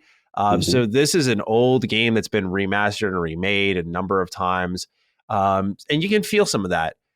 I like the way the story's told, but I also don't like that's the thing. I'm very in the middle because while I think like the industry has evolved past it in gameplay, the way it tells its story is they drop you in the middle of it straight up. Like you're just, they're hitting you with lore, names that they pretend you're going to know, but they never break down who or what or visually display where these nations lie. And it wasn't until I just read a brief paragraph on a wiki, it was like, there are 3 nations in this continent, and this is where they all come from. And I was like, okay, got it. now this all makes more sense. So I feel like the game doesn't have to explain itself and spell it out, but it doesn't necessarily visualize because it's a tactics game. So it's just a bunch of maps with like squares on them. So you can never get a visual of what this world is like and what we're fighting over. And so I like it because it's an intense game, but I don't like how it presents itself a lot of the time. So I go back and forth on it. I ping pong back and forth on it. But overall, I'm enjoying it. And I feel like the story is finally starting to show itself more. I'm making choices. I'm recruiting people to the Order of Revan, might I add, is what I named my order. That's yes. the name. The Order of Revan. Okay. And so I've been having fun when those choices show up. But again, this is where I go and I think about my dearly beloved Triangle Strategy because they had the scales of conviction in that game. And so these scales would change mission structure and outcomes to the story. And there were like four different endings. And again, it wouldn't have existed without Tactics Ogre. And Tactics Ogre does have branching paths and different reactions to things you do and certain people you can or can't recruit. And even in mission choice and consequence, where if you don't save someone in time, they'll die and then the dialogue will change. So there's a lot there. And I really do respect it. And I think I'll learn to love it as I see more of it, not only in my first playthrough, but I learn about it and what is there that I won't see in that one playthrough. But I love the legacy here, but I'm not in love with the game. I know you go. Yeah, so I'm going to finish it. I like it enough to finish it, but it's one of those games that I'm picking up on my Switch and I'm just kind of playing whatever. It's just like, okay, yeah, I'll throw a couple hours into this tonight, but I'm not itching to get back. And I think it's because of the kind of disjointed storytelling. Because my final thing I was going to say is I didn't really feel like the story for this game started until 5 hours in. And I'm curious if anyone agrees with that. Like I literally got 5 hours in, you're just doing battles. And then you finally get to this first choice you make where it feels like something has happened. Not like, oh, it's come together. Just something has happened of consequence. And you're like, okay, now it feels like the conflict has truly begun. But before that, you're kind of twiddling your thumbs. Like every fight, since both you and the enemy team are starting off on opposite ends of the maps, like your first 2 turns are just moving everyone up when the map should have just been squeezed down a little bit. So there's just time wasted there. It's little things like that show its age, but it's amazing it's held up for this long, and that it's not awful and unbearable. So I like it. I'm going to go through it, but it'll take me a little bit longer than I expected. No doubt. To Dustin's pleasure, I have hopped back into Kingdom Hearts. I don't know where it's at. I had to be a little slanderous. Break it down. Why did you get back into this world? You got to check yourself sometimes, right? So what's happened since Kingdom Hearts 3 has come out, and especially Dream Drop Distance? If there's a game I hate, it's Dream Drop Distance. I use that word sparingly for games, but oh man. And it's because the gameplay and the personality, the charm of Kingdom Hearts is so powerful that it's getting muddied by some of the worst storytelling this industry has to offer. And I know for some it's turned into, who cares? It's Disney and that's fun. No, this series was so much more for like a 5-game stretch and it just got fucked up. So what I had to do to why I'm playing this is check myself. The last time I played Kingdom Hearts 1 was when the 1.5, the wonderfully named 1.5 HD remix came out. And when it came out, I played it, and that was kind of it. Kingdom Hearts 2 is my favorite of the whole series, and one of my favorite games of all time, for those who don't know. I don't talk about that a lot, because again, my opinion on the series is soured. So I went, let me ground myself and go back to this game. Okay. I'm 5 hours in, and I'm recognizing, I'm getting a little more pissed because I'm like, man, y'all had such good writing in this early game. Like it was the first of its kind and it's such a special game. And because I've been playing more Final Fantasy games, I'm catching little things like you see Tidus and Waka from Final Fantasy X on Destiny Island. I'm like, oh, but wait, they're here? Okay. There's more Final Fantasy energy. And I'm like, where was this in 3? What happened? Why did we go off such a wonderful working formula? Kingdom Hearts 1 sold 3 million copies when it came out. That's a huge deal. That's a megaton success back then. And they kept changing it and getting weirder with it in ways that made no sense with the story. And so it's been this wonderful return where I'm like, hey, I actually really like this. Like, does the gameplay feel as good as 2? Hell no. But it's been nice to just come back and remember why I loved it. Because Kingdom Hearts, you can even go look on my Mr. Manny channel. Like, I used to make a ton of Kingdom Hearts videos, trailer breakdowns, prediction videos, lore breakdowns. Bro, I was in on Kingdom Hearts. I fucking loved this series.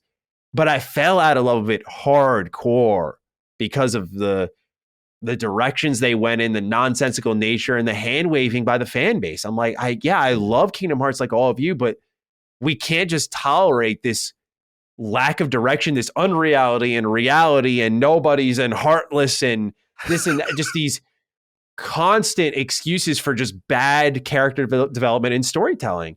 So glad you said it. And it's just, it breaks my heart because I want to love it.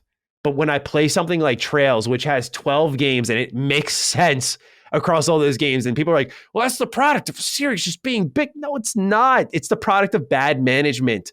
And no one's stopping Tetsuya when he started writing the story. That's what happened, man. I hate to say it, but I'm not trying to drag it all down. I'm just trying to paint a picture here because I accidentally beatboxed in that sentence. You hear that a little bit? I went. But yeah, I'm just trying to say that I loved Kingdom Hearts. This has reminded me why I did love Kingdom Hearts. And it's been nice to go back to kind of basics here.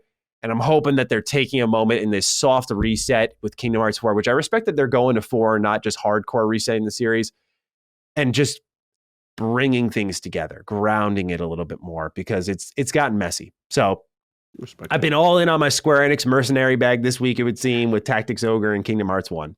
They got them games, man. They got them games. I was thinking about that. I was like, they're a part of like they're the grandfathers of the JRPG, like straight up, which I know isn't an uncommon thing to say, but they are a part of why they're so successful. Like I was thinking, oh, they even got Dragon Quest. Like it's insane. Insane how much Square controls quality titles. They do. Yeah, like Persona is the only one that I think of that's in Trails that really just stand toe to toe, and they're out of Square Enix. Like it's so hard to find JRPGs out of their realm. So good point. Good point. Tales of is another one. Like there are other ones, but just Square has so many in them. It's insane. Yes. All right, let's reflect a little bit. Dakota Brown writes in, "Hey Dukes, congrats on 100 episodes. I know Maddie's against doing a celebration type episode. However, could you guys do a discussion on lessons learned or funny moments from the past 100 episodes? You weren't here for this one, but I remember this. I still remember when Maddie used a swear jar for the first couple episodes. I know it was impossible to keep doing it, but I found that part of the early show hilarious. Love you both and have a simply great day." Thank you, Dakota. Yeah, that's a catastrophic L. Yeah. Imagine me with a swear jar. Me and Carrick. Oh boy, I could have told her. Y'all was that swear jar to be lit. I was like, oh, we'll put it towards charity because one of the early complaints for our show was we cursed too much. And I remember listening to Sacred. I'm like, there's an F-bomb every other sentence in that show. What are we doing wrong? Are we that raunchy and bad? And I'll just go first, and I'll just say probably the biggest lesson I learned, if anything, was having to just stand your ground and be you. Because a lot of people, and I don't say this with any resent, a lot of people wanted me to be Colin. And I love Colin dearly. Colin's given me a lot. He's a very good friend of mine. But a lot of people came in and wanted me to act, behave, produce, write, speak like Colin. Gotcha. And it was very challenging to submerge into that and try to just be yourself and not look over your shoulder after every comment you made and go like, okay, like, am I going to get blown up on? Because I started before defining Duke on Last Stand, just doing video content. Because Colin was like, we want you to do videos and I just want you to put out good PlayStation oriented content. I was like, all right, sweet. I love PlayStation. First video was on the Vita. And a lot of people just kept writing in like, who's Maddie? Who's this guy? Why is he here? I don't like him. It was just like really bad. I was like, damn. Yeah.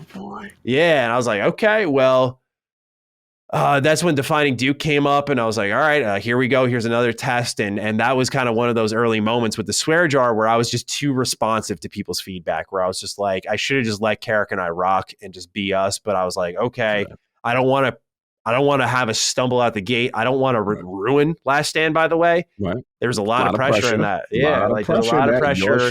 And like, it's not my house. Like I'm not on Mr. Matty or Retro, or if I slip up or whatever, it's my mess to clean up. It's like, I'm not trying to make more problems for Colin, trying to help him and his business grow and be a positive contribution to that.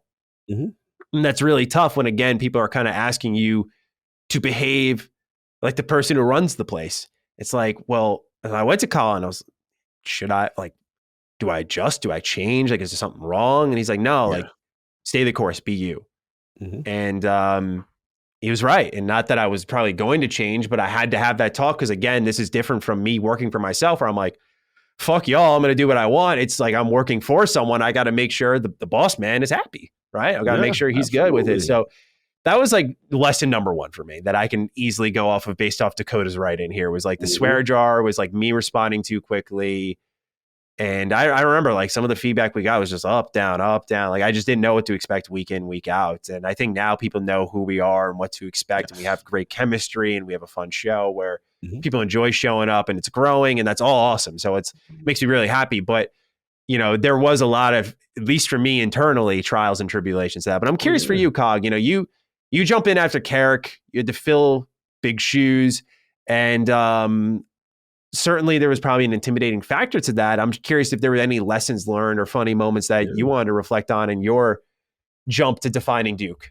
Yeah, man. I mean, like I said, I remember like it was yesterday. We had this discussion before. And, you know, I think the first thing was obviously the general humbleness of, you know, being on the platform, right? And people want to hear what I want to say, that you wanted to work with me, right? So getting over that, I'm like, wow, okay, they like me. Like, that was cool, you know, kind of thing. So that was the first thing. But I think the second thing was, like you said, it was kind of the pressure of obviously, you know, I'm cool with ACG and obviously I know what you guys did before. And, you know, my thing is like, I don't want to mess anything up, but at the same time, I was like, I gotta be myself too. Right. So you know how it is when you first start, you read every comment, you read everything, and there's a couple of comments like, yo, I don't know about this dude. And you know, that kind of thing. So you go through it. And then I remember just talking to myself and say, okay, look, just be yourself. And you even telling me like, yo, just do you, love what you're doing, you know, bring your energy to it. You know, and I think that helped. And then obviously,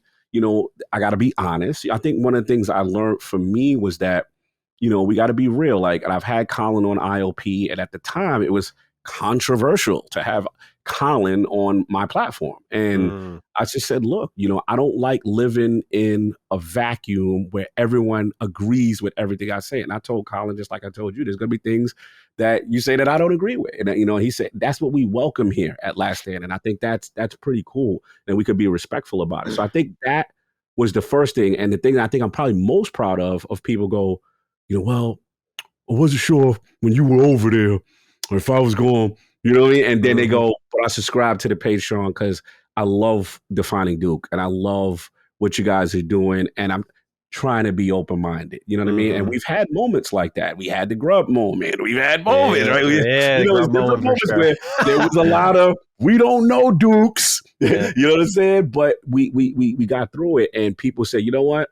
I'm glad, you know, that, you know, I listened to the show. And then the other moments, I love DDU. You know, I love when me and you have those really in-depth, focused, kind of razor-focused, one topic, kind of a subject, break it down, whether it be that, a topic, a spoiler cast, or, you know, obviously we had Mark Dara on. That was dope. You know, obviously, Josh Sawyer on. Like, those are the moments I live for, when you get the creators and you get the people, you know, shout out to my man Graham, you know what I'm saying, from Nobody Saves the World, and learning about the Game Pass structure and how, and just certain things, gems. Because again, I don't like to get caught up with the hyperbole of what people on, you know, fan bases on Twitter say and all that stuff. I like to go to the source. So to me, that's when I felt really good about it. I'm like, yo, we building something really special. I'm proud of what we're doing. I get people that tell me like, yo, no disrespect to IOP, but I'll listen to the Dukes. And I get that with Mr. Matty. to rebound so much now. Just like, no offense, but I fell off, bro. I'm like, it's fine. I work on both.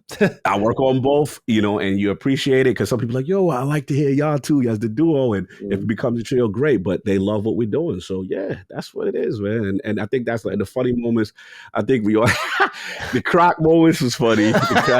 We went hard on Crocs. Your bathroom story was classic. Which one? The one with the outhouse and the trying the to brick wall and the girl pulling around the corner. Oh god, bro. Fake sons and me and having a fake son for the count. Yeah, that was gonna be my funny moment. The fake son. That was one of the best things I ever heard. Bro, we had them hashtags moving with the foolishness, and people got into our. And the last thing, a shout out to that. I said the write-ins when they challenge us or they slander us, and they like, yo, and we go back and Danganronpa Yakuza era LSM was fucking nasty. that was nasty. or when I didn't play Yakuza, and then man, I forgot about that. I was upset. I was like, man, these people are fucking on my case. They were going to war for COG. I was like, the same way you felt, I'm like, yo, every writer, have a COG better play Danganronpa kind of thing. Come on, COG, what's going on? Why you ain't trying? What's going on? I'm like, oh my god. So it was just that loyalty fun, knows no bounds, man. Yes. So those are some of the fun ones, man. But love doing the show. The flannel story. I know I'm not tooting my own horn here, but that was one of my favorites because I love when our best stories come out at the ass end of our shows where we're just like unwinding and just something comes out. I'm like, I wish it was earlier so more people could hear, but damn, that was good for those who got to stick around because like we had that constantly. I feel like that was like that moment where I was just losing my shit over Deathloop. You people out here, I had this flannel from back then. Here you people. I love that. That was a classic red. Classic. Oh yeah. I think the last lesson learned for me was one I had to learn on the fly. And, I say this with all due respect, but LSM was really built primarily with PlayStation fans. And not everyone here is a fanboy by any stretch of the imagination on either respective side, but just by notion of the focus, it will bring in more elitists. And what I didn't anticipate with our show has been some of that uphill climb internally, not like internally as in with like Dustin, Ben, Colin, but like internally with our own fan base to try to break out beyond that. Yes. Where there's almost a resistance to participate or support us because we have to do our show differently. Like I remember there's a big shitstorm over titles and thumbnails, and it's like, why can't it be? It's again goes back to the being more like Colin thing where it's like I'm sorry, but the harsh reality is we cannot just call our episode confidential and get like 20,000 listeners. That's just, we have not been blessed with that. We have to earn that. And we have to stay competitive. And so it was an uphill battle of like, Duke is the inflammatory show and these are Xbox and PlayStation's better. And this kind of console war-y fight we've had to go through to just get relevance on our show. And that's been a big lesson. Is just like, okay, how can we balance like making a competitive title, thumbnail, being interesting, but not kowtowing to fanboys so hard that we sink our own ship before it even sails. And especially, again, there is that notion of like, we were entering a PlayStation fan base for the most part, and many of those PlayStation fans owning Xboxes, by the way, and trying to sell them a product that was opposite of their platform. And it was a real test on like how many people in LSM are gamers, how many of them are not Xbox fans, but how many of them are just PlayStation fans. And fortunately we learned like a lot of them just want to hear a good show and just learn about gaming on either side of the spectrum. And it was just, that's been the in stride challenge for the show, is just learning the audience, what's right, what's wrong, being receptive, but also staying competitive, because staying competitive on YouTube, like it's tough because, you fight that war of like, what's clickbaity, what's going to get us attention, and what's going to get us the right type of attention too. Correct. No, you're right. Those are great lessons learned. Last one for me would be the LSM community, especially post Butler and the event we did. Because I remember people coming up to us and was like, yo, I'm not even in the Xbox ecosystem, but I love the show. I'm willing to consider you guys, listen to you guys are making me keen on at least trying and wanting to get interested into it. And they'd give me, and I say, okay, tell me some reasons. I get that feedback. And just so many cool people. I got to give a couple of name drop shout outs. Shout out to my man, shout out to Sean Mason. Obviously, he's been amazing. Shout out to my man, Hodgepodge, his country Hodgepodge, good dude. You know what I mean? Sephiroth, Alex Nucci. A lot of people that I've now met because of LSM, we're like friends. For real, you know what I'm saying? I went shout out to my boy DJ Oros. He came all the way to, you know what I'm saying, from the Berg to Butler to kind of check out him and his wife and stuff like that. So that was dope. And it's a community. That's what you really realize. It's a real community. And what you say does affect people positively and negatively. And you get both. But that's what I realized, like, yo, what we're doing is special because people really care about what we say. And to me, that means we're doing a good thing. Because even if you're a hater, you still coming back every week to still clip one to do.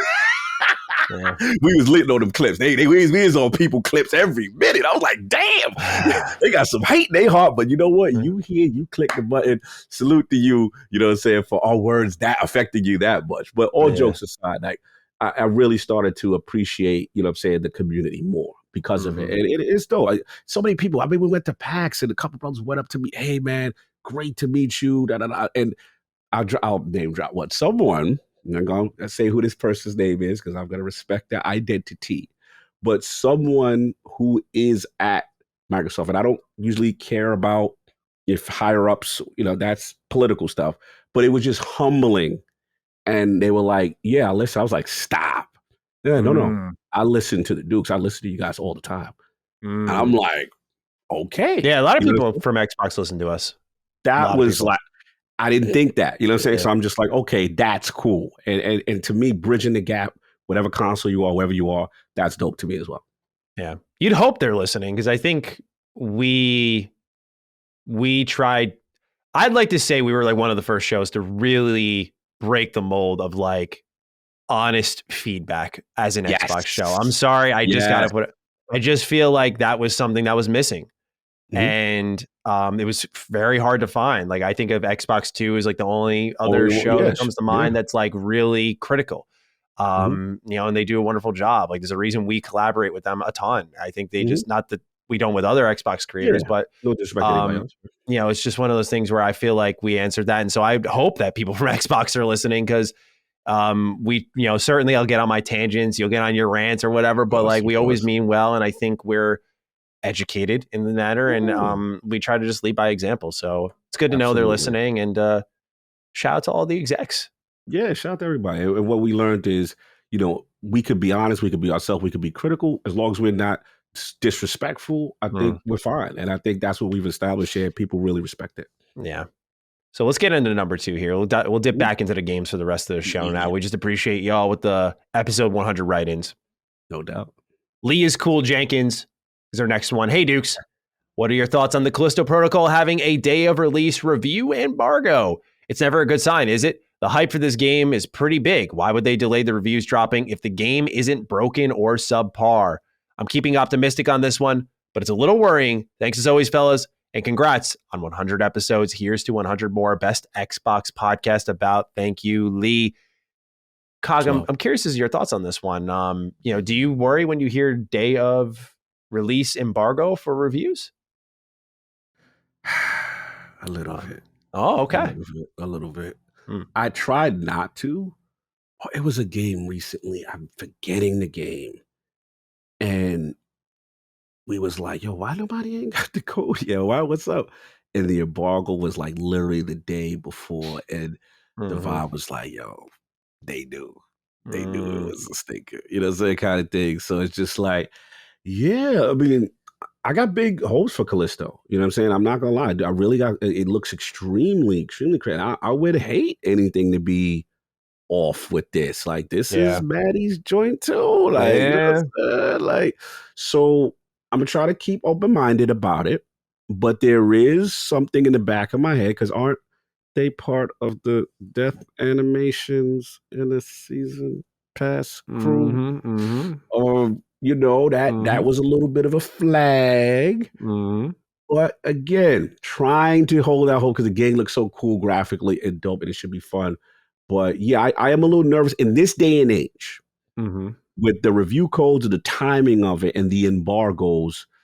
To do that doesn't necessarily always showcase confidence in the product. Who knows? Maybe they got a different approach, but I'm leaning that way. What about you? Get me off the edge. Am I bugging? No, I don't think so. I think back to the Ubisoft. It's funny because it can go either way. Like I think back to Ubisoft where it was Assassin's Creed.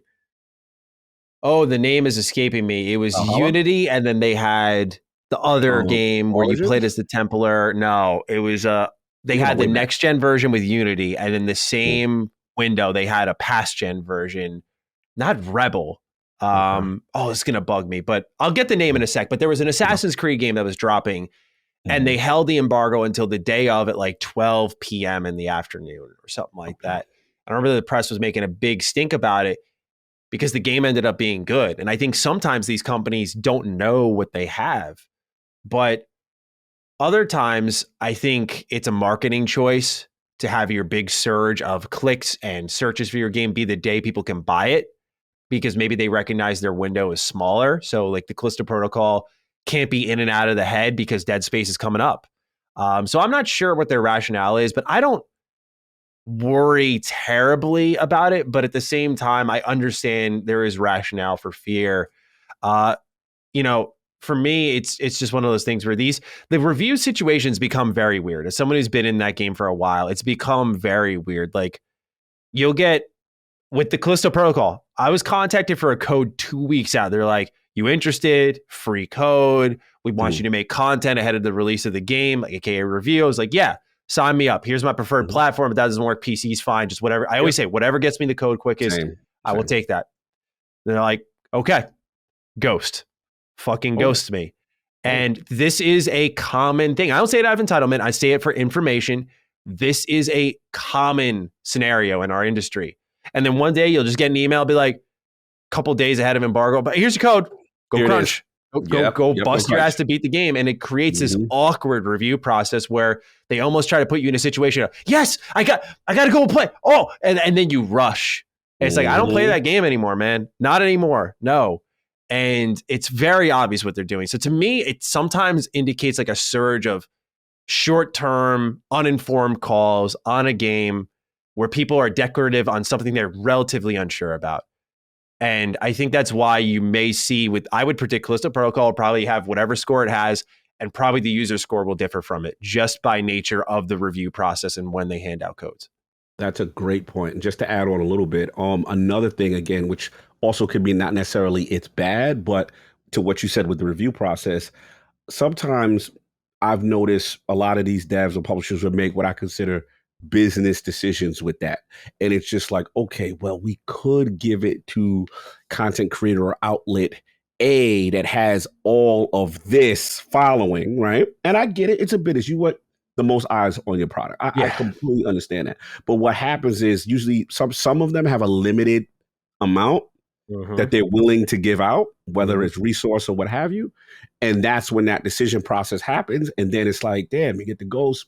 And then boom, right before embargo, here it comes, right? So now the scramble and all the stuff that what you talked about. So that's something in the industry I do feel that really needs to change. It is frustrating. And I don't feel it's fair to actual outlets and reviewers like yourself and others who just have to go through specific conditions. Other times, I'm not saying that this happens all the time, but there's some people that it'll get there in a timely fashion, week, 2 weeks, or whatever it is. You get your platform, but you got time and you can go attack the game. But this stuff of kind of dumping a game on a review code 2 days before, especially with games that's more than 15, 20 hours plus, come on, that's a bit much. And I would hope, we can get out of those practices. Yeah. Usually what's more telling, and this isn't typically public facing info, is the review guidelines you get. So when you get that PDF and they're like, oh boy, no capture of this, no recording of that, don't show this mission, don't show that. And you get to those parts and you're like, okay, what are they hiding? Is it story based? Because usually when it's story based, they'll say like from chapter 5 and on, don't show anything. You're like, okay. Right. Okay, cool. They want to protect the story probably. Got that. But when it's like, don't show this mission, don't show this clip here, don't show that here, you recognize this pattern, and they're like, don't show bugs, because we're working on a day one patch. All of those will be fixed. They lied to you. And that's, again, where you have to know your reviewer. And I'm not calling anyone dishonest, but you have to know your reviewer and pay attention to when a game's very buggy and they're kind of just like, they don't really mention it or skim over it. Because in the guidelines, they'll specifically ask you to do that. And when you obey those rules, you're thinking of one person and one person only. It's not the right person. You're thinking of the corporation. You're not thinking of the person buying the game. So that's the more telling part. And obviously with Callisto, like, I don't know. At least at this time, I don't have a code. So I don't know what that looks like. As of lately, the more common thing that's been happening is companies are just sending codes and not even handing out guidelines. They're just like, here's your code. No, like, technically I wouldn't do this, but I could just show the end of the game if I wanted to, which I wouldn't. But normally they're like, please don't show at this certain point in the game. Please don't do this. Please don't do that. But like, last number of codes I've got has just been just free for alls. It's like, okay, here it is. Time to get to work, I guess. And I guess I can show anything, but I'll do it with caution and care. Like Plague Tale is a perfect example. Plague Tale is a super story driven game.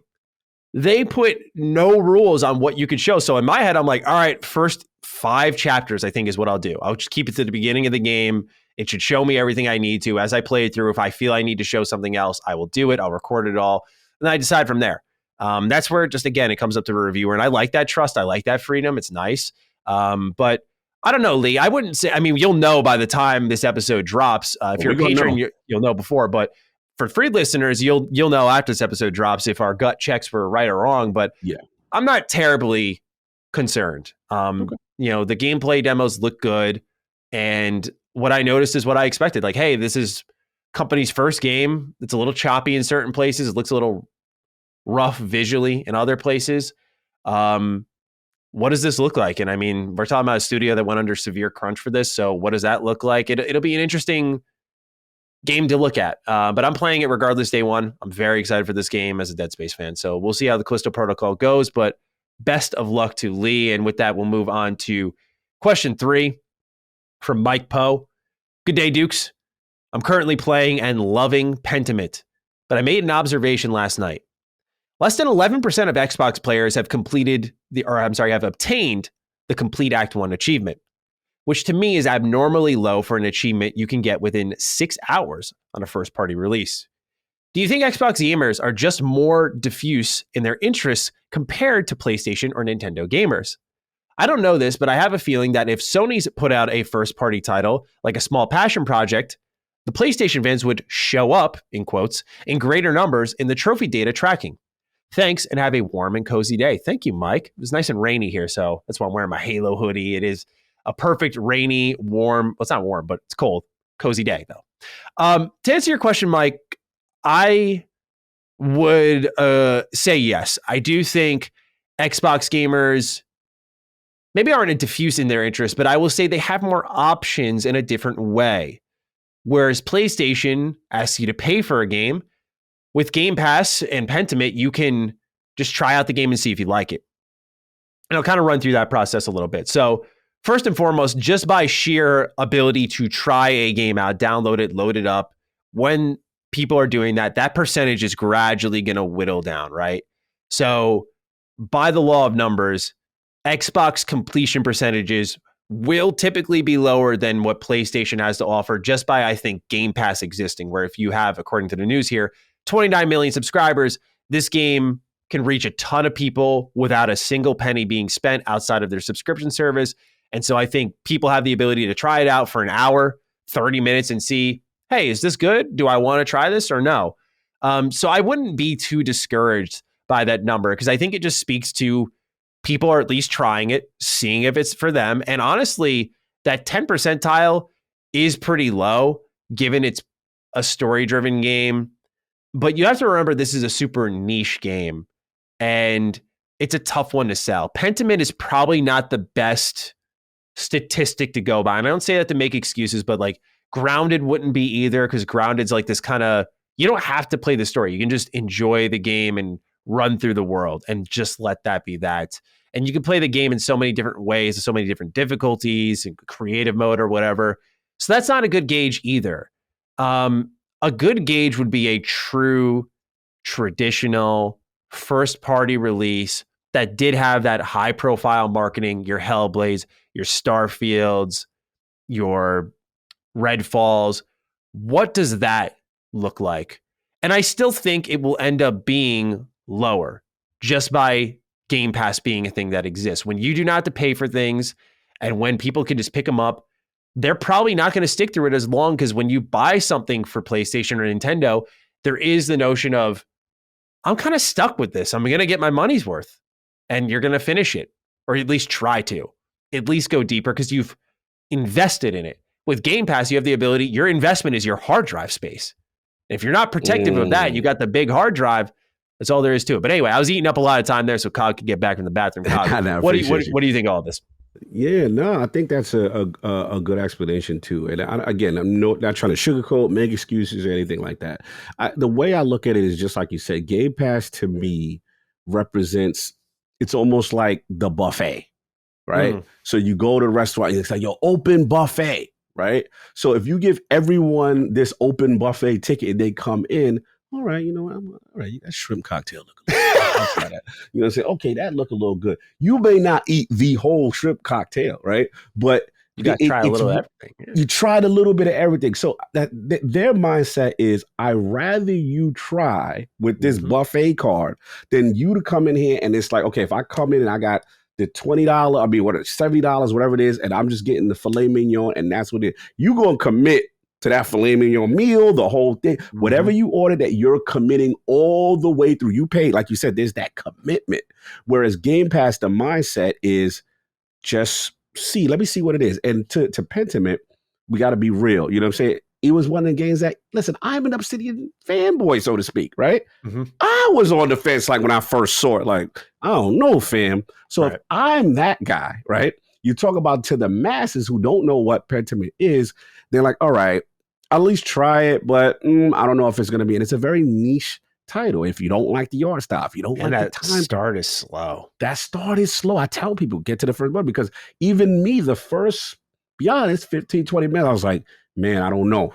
I don't know if I'm going to be able to do it. No hook. It just starts. It just starts. And I was just like, all right, let's see. And then I got to them and I'm like, okay, it got me. So yeah, I think that's what, and I think, to be honest, this is going to be a thing a theme we're going to see consistently with achievements and percentages of achievements. Yeah. It's just the nature of it. But here's the flip side.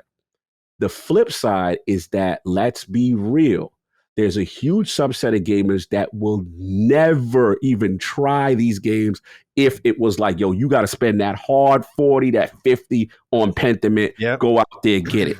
Pentiment, the beauty of it is, like Josh said when we had him on the show, Pentiment wouldn't have existed without a service like this. And he used his little creative nudging to say, hey, since you signed us, let me get this project out there. And it turns out to be kind of like a critically acclaimed, well-received kind of situation. So I think that's what it is. It's just the nature of it. And I think that's going to be something that we're going to see more of. And I wouldn't bank my head like, oh, yo, Xbox players are not playing games because, you just got to look at the data on the percentages. And I don't buy that. It's literally a whole different model over here, and people are going to try and do, and there's going to be games which are quote unquote the core games that the majority are always going to gravitate towards. So, and I'm going to throw out one other thing. What's up? Go for it. As someone who loves to collect trophies, that it is an objective fact that PlayStation is making it easier for their first party releases to obtain the platinum trophy. Preach. And so they will have those early pops, because there is a metagame there that is mighty successful, and Xbox might want to take a look at it, and we'll talk about it with this medal system. But they have created a system that's enticing and works, and so people chase after them a lot more than maybe they do with Xbox achievements. And they do set it up where there are checks in the engine that say, like, pop an achievement here or trophy here, and it's early in the story. And so you do get that kickback a little bit more. And I think Xbox would be wise to adopt that a little bit to some extent. Yeah. But again, make it known, like PlayStation will always have, I think by default, that higher percentage because of A, I mean, they make quality games, but B, the structure of their trophy system compared to Xbox is wildly different just by how they unlock. If we're talking first party, third party, it's a crapshoot. But first party, Xbox has yet to get to that point where they're trying to make that easier to obtain 1,000 gamer score. Maybe they do one day. It's something I asked on Twitter when I saw that you could get all of God of War's trophies in just one playthrough, no difficulty changes, none of that stuff. So I like it. I'm not a pro. I don't look. I've grinded for some trophies, man. And Amazing Spider-Man 2 will haunt me to the grave. It's the worst platinum hunt I've ever got on, man. Terrible. But I'm cool with it. But I'm wondering if Xbox is going to take that route. So just keep that in mind when looking at these stats. I think they can be miscued pretty easily. So. No, fantastic part. And like you said, we'll get into it later about the achievements and the incentivizing that and fantastic. And lead platform, let's be honest, as well. That also keeps into it. So, and quality games, got to give them credit. Absolutely. Let's get started with our official news report now. Number one, the God has come outside and blessed us with his presence. There is a new, almost 3-hour Todd Howard interview with Lex Fridman you can listen to right now. And it's a really interesting chat. I mean, they go through what we're going to talk about today with Starfield, Elder Scrolls 6, the Fallout TV show. They go into Indiana Jones as a video game. They go into so much here beyond that, such as the meaning of life. They go into the design process, how Todd Howard got started. What does his future career look like? So much more. So I'll leave that existentialism out there for you to listen to at your desire. And I focused more on the game stuff here and what Todd said about Starfield, about Fallout, about Elder Scrolls, and so on. And this is I think 20-point list here I got of things I want to talk about. And we're just going to go one by one, and we're going to talk about them as we go along here. But I want to start off with a write-in here from Andrew M., because we got a bunch from the audience on this topic here. He writes, "My fine dukes, congrats on episode 100. I couldn't think of a write-in until I saw an interview with God Howard by Lex Fridman. He discusses Skyrim, Elder Scrolls 6, Fallout, and of course Starfield.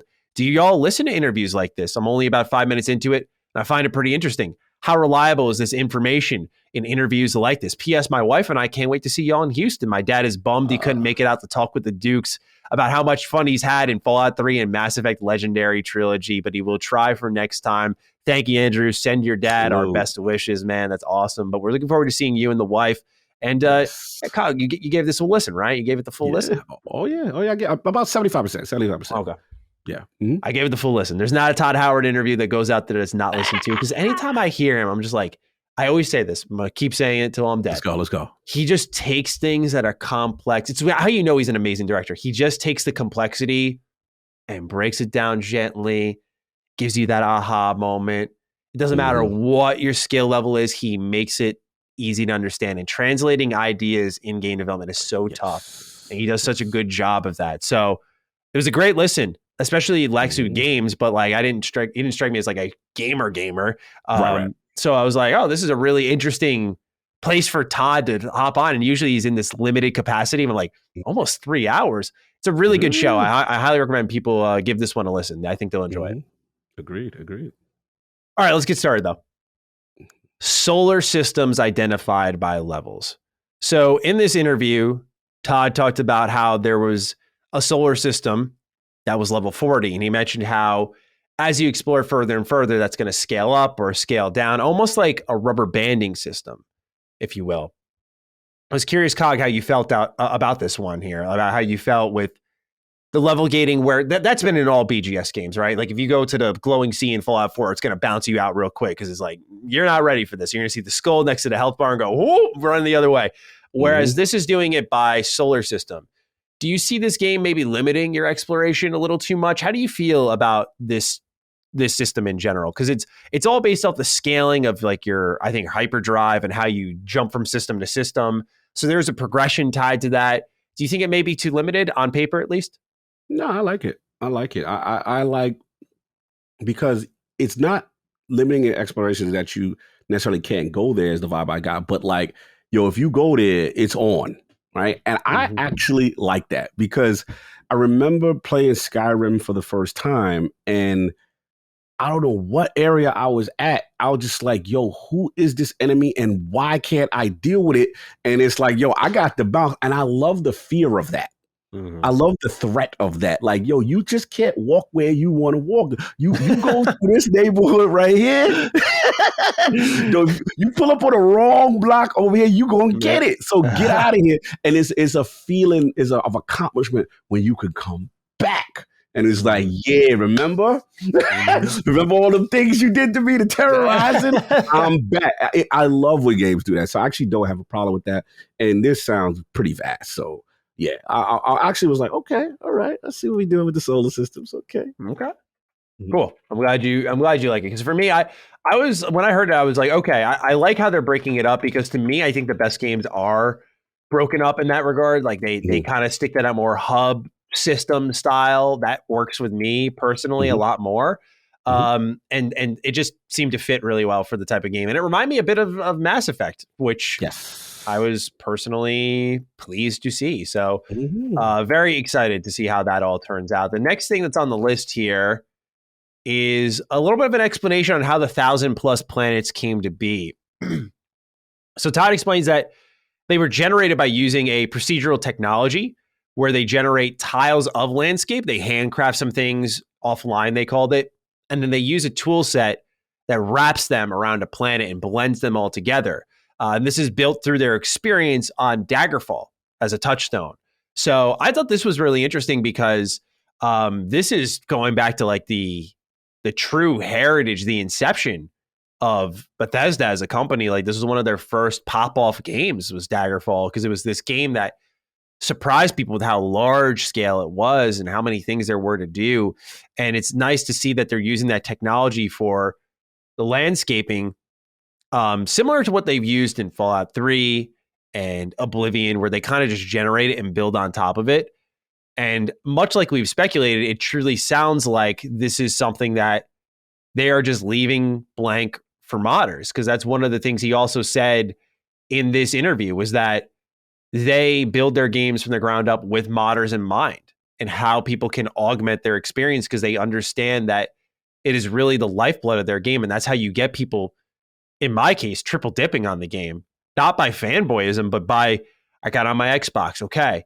Now I got it on my PC and I can mod it. Okay. Like, now I want the trophies. Like they get double dippers aplenty because of this structure. But it all goes back to this procedural generation technology that's in Daggerfall that's being evolved and pretty much used in a new way in Starfield. So what I wonder with this COG is, how do you feel with now knowing some lore behind the technology about the 1,000+ planets, which has been a bit contentious when it comes to Starfield? Yeah, I mean, it's still, look, I'm not going to say like I don't have any trepidation. There's still a little, just to see it in action. And the system, the way he described it, sounded really cool.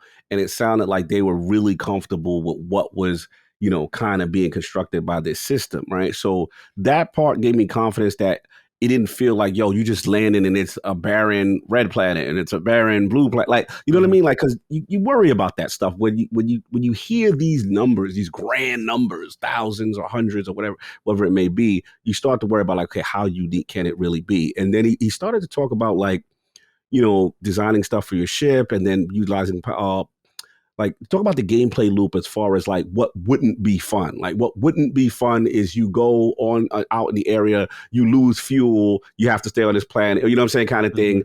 And I like that he said that, because those are kind of things I was thinking like, okay, what do you do though? Right? Like that's that kind of thing. So I still think he's being coy and holding back some stuff. What do you think he's hiding? What do you think he's hiding?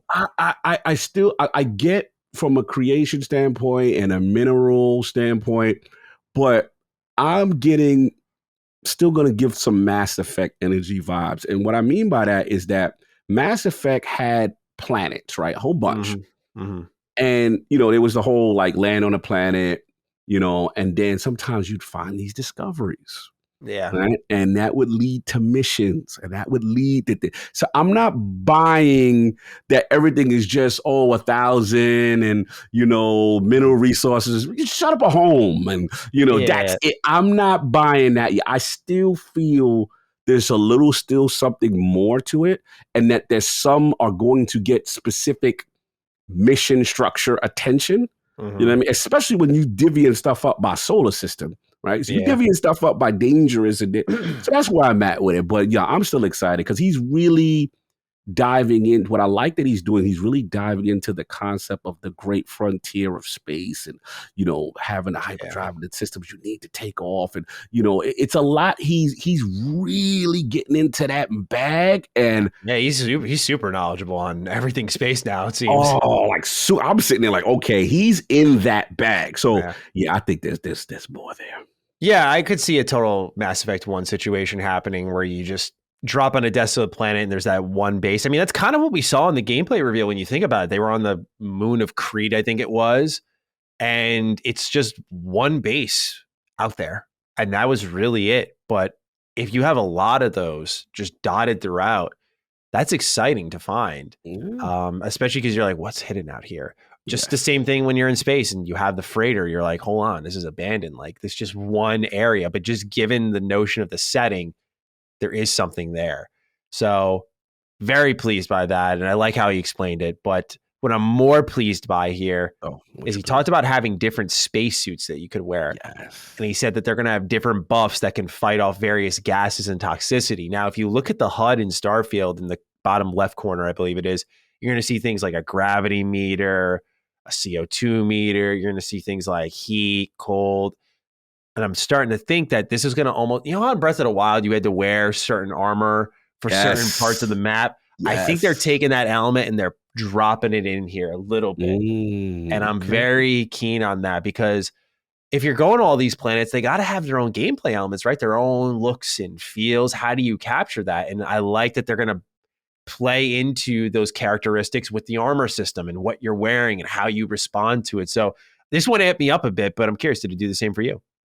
No, absolutely. I love that the suit properties are going to have like these differentiators. And I just think about, like you said, not just that. I think about like, and this is where, again, I'm diving into the mission structure aspect of it, but I'm thinking of like, let's just say there's specific planets and it's like, this element or this toxicity is so high, but if you don't have this type of rare suit, and then that now you have that you eventually acquire it through missions or what have you. And he also mentioned the Bethesda charm, which is kind of like searching through every nook and cranny sometimes and being able to find something unique, you know what I'm saying? And taking it, not overwhelming the player where like you got to get everything out of the room all the time, but sometimes you find this object. So I was thinking about that in a suit level. I don't know if that's how he's going to apply it, but I was just thinking about like, how cool is that if you, however way you acquired this suit, right? A specific suit that gives you these toxicity bonuses now to go to a specific planet. Then you go to that specific planet and now you can find other things because of your survivability in there, whether it be rarity or like, my mind's going. And I think there could be a loop with all of this that I'm very curious about. But the suits to me is high because I mean, that's space. Like that's dope. Like, I'm into it. So this is speaking my language. I'm for this. This one was a bit surprising. Todd says that the robots in Starfield have been dialed back quite a bit. So it's a very human world or universe, I should say, is how he described it. Yeah. And I did find this disappointing. I'm going to be honest. Given its very futuristic focus, I was looking forward to pretty much Bethesda Mass Effect, like talking with aliens, interacting with them, interacting with a lot of robots, and experiencing this type of future. But this is a human story I admittedly find kind of disappointing because I wanted beyond that, Gotcha. Okay. So I was like, what are the various alien races that are populating all these planets? You're telling me they're all humans? There's no way, is there? And I'm starting to get that eerie feeling like, oh, the aliens are the main story, aren't they? Like they're the plot device, the who's out there? It's the aliens. Just like it feels like they're capturing that old UFO propaganda that was used, like who's out there. He did mention UFO on the show. He did, didn't he? Yes, he did. And I just feel like it's capturing that as a story, which can be interesting, but a little too on the nose for me here. And I wanted to see it be a larger component with a more grand secret at the heart of this world or this universe. I keep saying world. But I'm curious, do you share the same uncomfortability that I do here when it comes to robots being dialed back in Starfield. And I know I kind of dragged aliens in there, but so far the only aliens we've seen are these creatures that are enemies you fight. No interaction, nothing in the trailers has shown a single alien. Maybe that's something they're holding back on, but I feel they would have shown that at the presentation this summer. But I'm curious what you think about robots being dialed back. No, it's the robot thing doesn't bother me as much as the alien thing would be.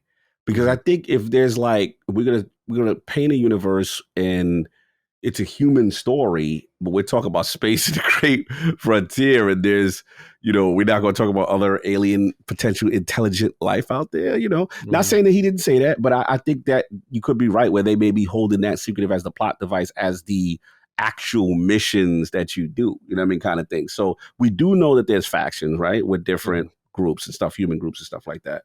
But yeah, that's my concern. I just want to know, like, we gonna have some aliens to deal with, I would assume at some point. So that's my concern. The robot thing, I guess the way he talked about it was like, yeah, in this type of universe, there should be like way more advancements with humans, and robots, and they should be more integral to the story. But then the vibe he got was like, yeah, we have to dial that back a little bit.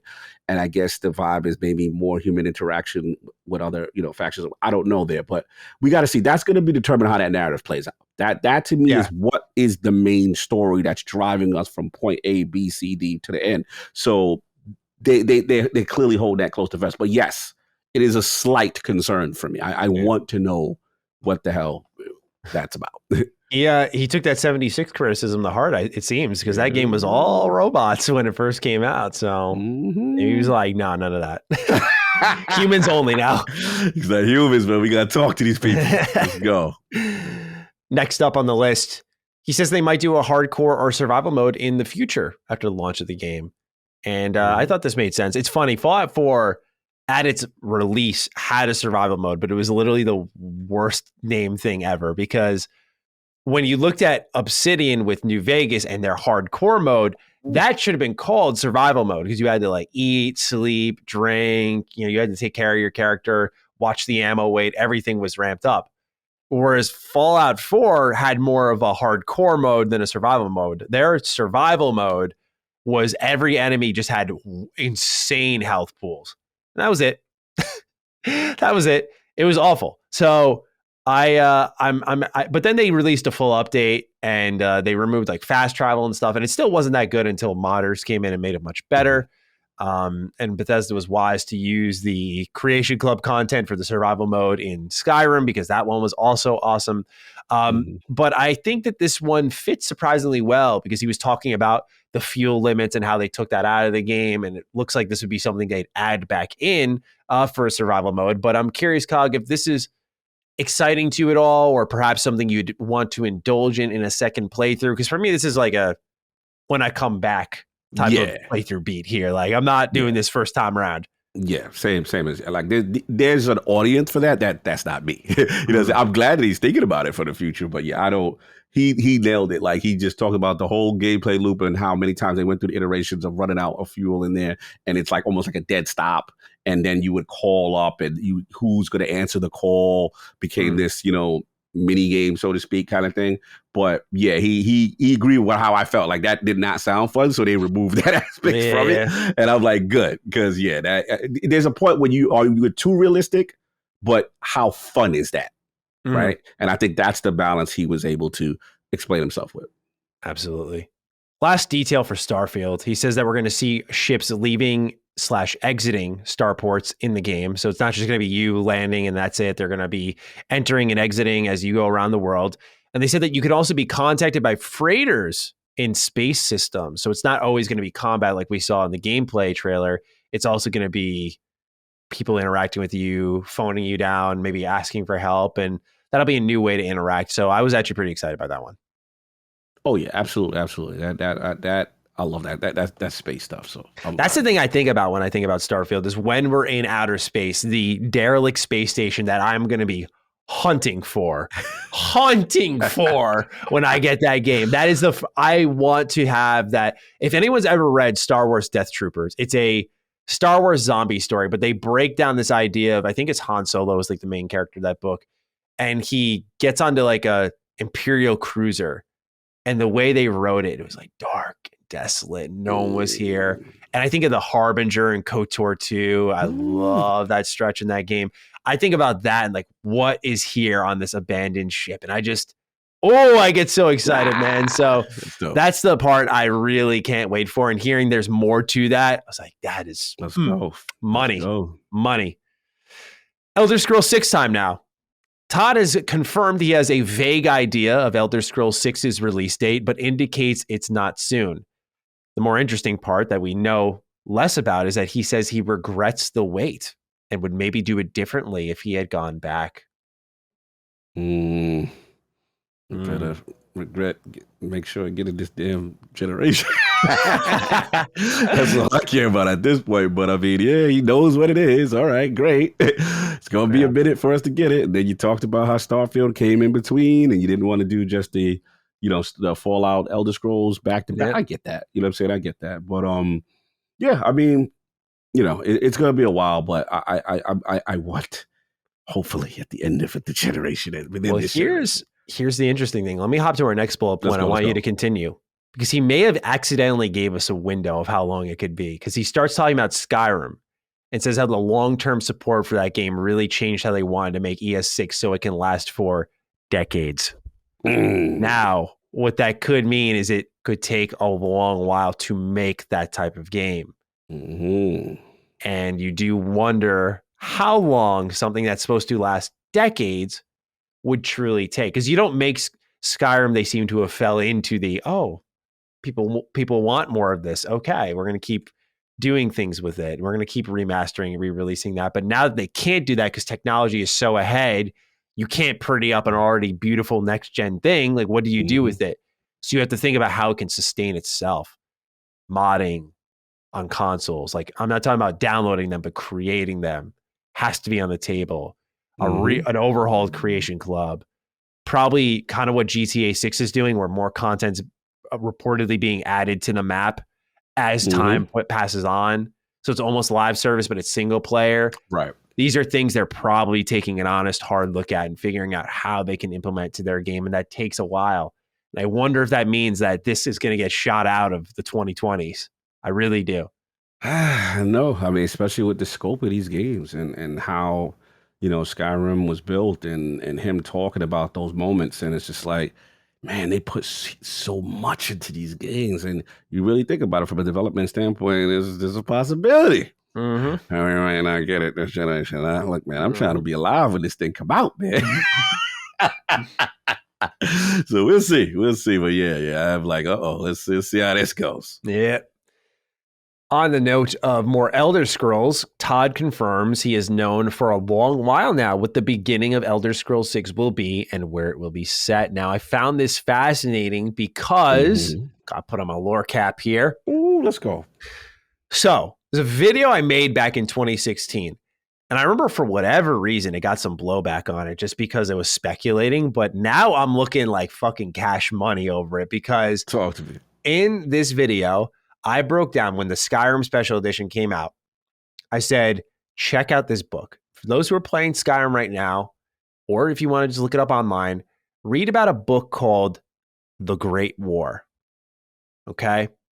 This book, obviously, it had to be in the game by 2011. And if he's known for a while, this was probably considered because this is the only book in the game that talks about what's to come based off a war between the Thalmor, the Red Guards, which is where Hammerfell is set. Now, let's connect this to some more official material. Okay. There was a tweet that Bethesda posted on their Elder Scrolls account at the top of 2021. And it was about a New Year's post. And it said the past, the present, the future. There were all these candles laid out. The past candle was next to a bunch of ESO coins, which makes sense because that series is early in the timeline. The present was a candle sitting on the map, by the way. This is all a map of Tamriel. Was a candle sitting on Skyrim. Makes sense. It's the current Elder Scrolls game. The future was a candle next to, you guessed it, Hammerfell. So you go back to that book and it talks about how there's tension between the Thalmor and the red guards over what's called the white gold concordat. Shout out to my red guards. Yeah, absolutely. And so I think the game is undoubtedly going to be set, even just trailer out of the question, it's undoubtedly going to be set in Hammerfell. And when Todd says, well, I know what the endings or beginnings going to be, and I've known for a while, I highly recommend for those who are very interested in Elder Scrolls 6 to go read the book called The Great War, which gets into that. It's not a book, like it's a book in game, but it's a 10-page read that you can do in a couple minutes. Okay. But I recommend people look into it because I think this is what Todd is indicating is this is where it's going to be set. This is the situation that's going on, and how they inject us into it is what he knows. So again, just wanted to shout that out there that there have been breadcrumbs for years on this, which is awesome because Bethesda's always done this. They always put breadcrumbs. Like they put a New Vegas reference that indicates that there's going to be more New Vegas content in Fallout 4, but the Cabot House quest. I was like, yo, wait. So I'm just saying, man, like they do this type of stuff a lot. It's why people love to dig into the secrets of their games. And I think this is one right here. Maybe unintentionally placed in that podcast, but it all connects now. No, it makes sense. It makes sense. Yeah. He would know where that's at. But you said red guards, I'm in. Yeah. Is that your go-to? Yeah, that's my go-to. I've always been a red guard from day one. Yeah. Love that. On the note of Xbox, Todd says the culture that players see is the same on the inside, and that he really loves working with them and focusing down on one console. He really got into that, by the way. Oh, yes, he said, did. I really like focusing on one console. He said, PlayStation, what they're doing is great, but with Xbox, for us, we already did exclusives with Morrowind and Oblivion, and he's like, we did it with the Skyrim DLC. He's like, for us, this is not unfamiliar territory. So it wasn't a radical change for them, which I think was enlightening to hear because a lot of people were acting like it was. And I said from day one, I was like, no, man, like their best work was on Xbox for sure. And Todd said like our lead platform was always Xbox. So it makes a lot of sense. And then we have this write in here from Lucius Augustus that'll round things out. And I want to dish it to you, Cog. Hello, Dukes. In a very recent interview on Lex Fridman's YouTube channel, Todd Howard speaks to Lex about Skyrim, Elder Scrolls 6, Fallout, and Starfield. So much great information came out of that interview, but I wanted to highlight Todd's praise for the Xbox team, specifically mentioning the hardware team for helping them with optimization and showing them how to get most out of the hardware. It seems clear that both Bethesda and Xbox are dedicated to making the best launched product it can be. It's evident that Xbox has aided deeply in development, not just this team, but previously released titles as well. I'm glad to see Xbox being an active participant in their gaming development, unlike the claims of some. I hope you have a blame you if it's trash and not give you credit if it's good kind of day. Lucius the homie, I know what you're doing. I know what you're doing. Shall I jump in on this one? Yeah, please. All right, look, man, I know what's going on, and I get it. Let's just be clear, and I know there's a lot of what I consider the purity talk. You know what I mean? Like, they Xbox doesn't nurture and doesn't create, and they just buy. And we got to be clear. Todd actually put a lot of things to bed, I felt, with his comments in the sense of, I was there from the beginning. I had the OG Xbox. I remember seeing Morrowind, and remember their sensibilities were always PC first, and then they chose Xbox to do their ports. That's how the relationship. Morrowind was exclusive there. Oblivion was exclusive there. The Skyrim stuff, the DLC and stuff was exclusive there.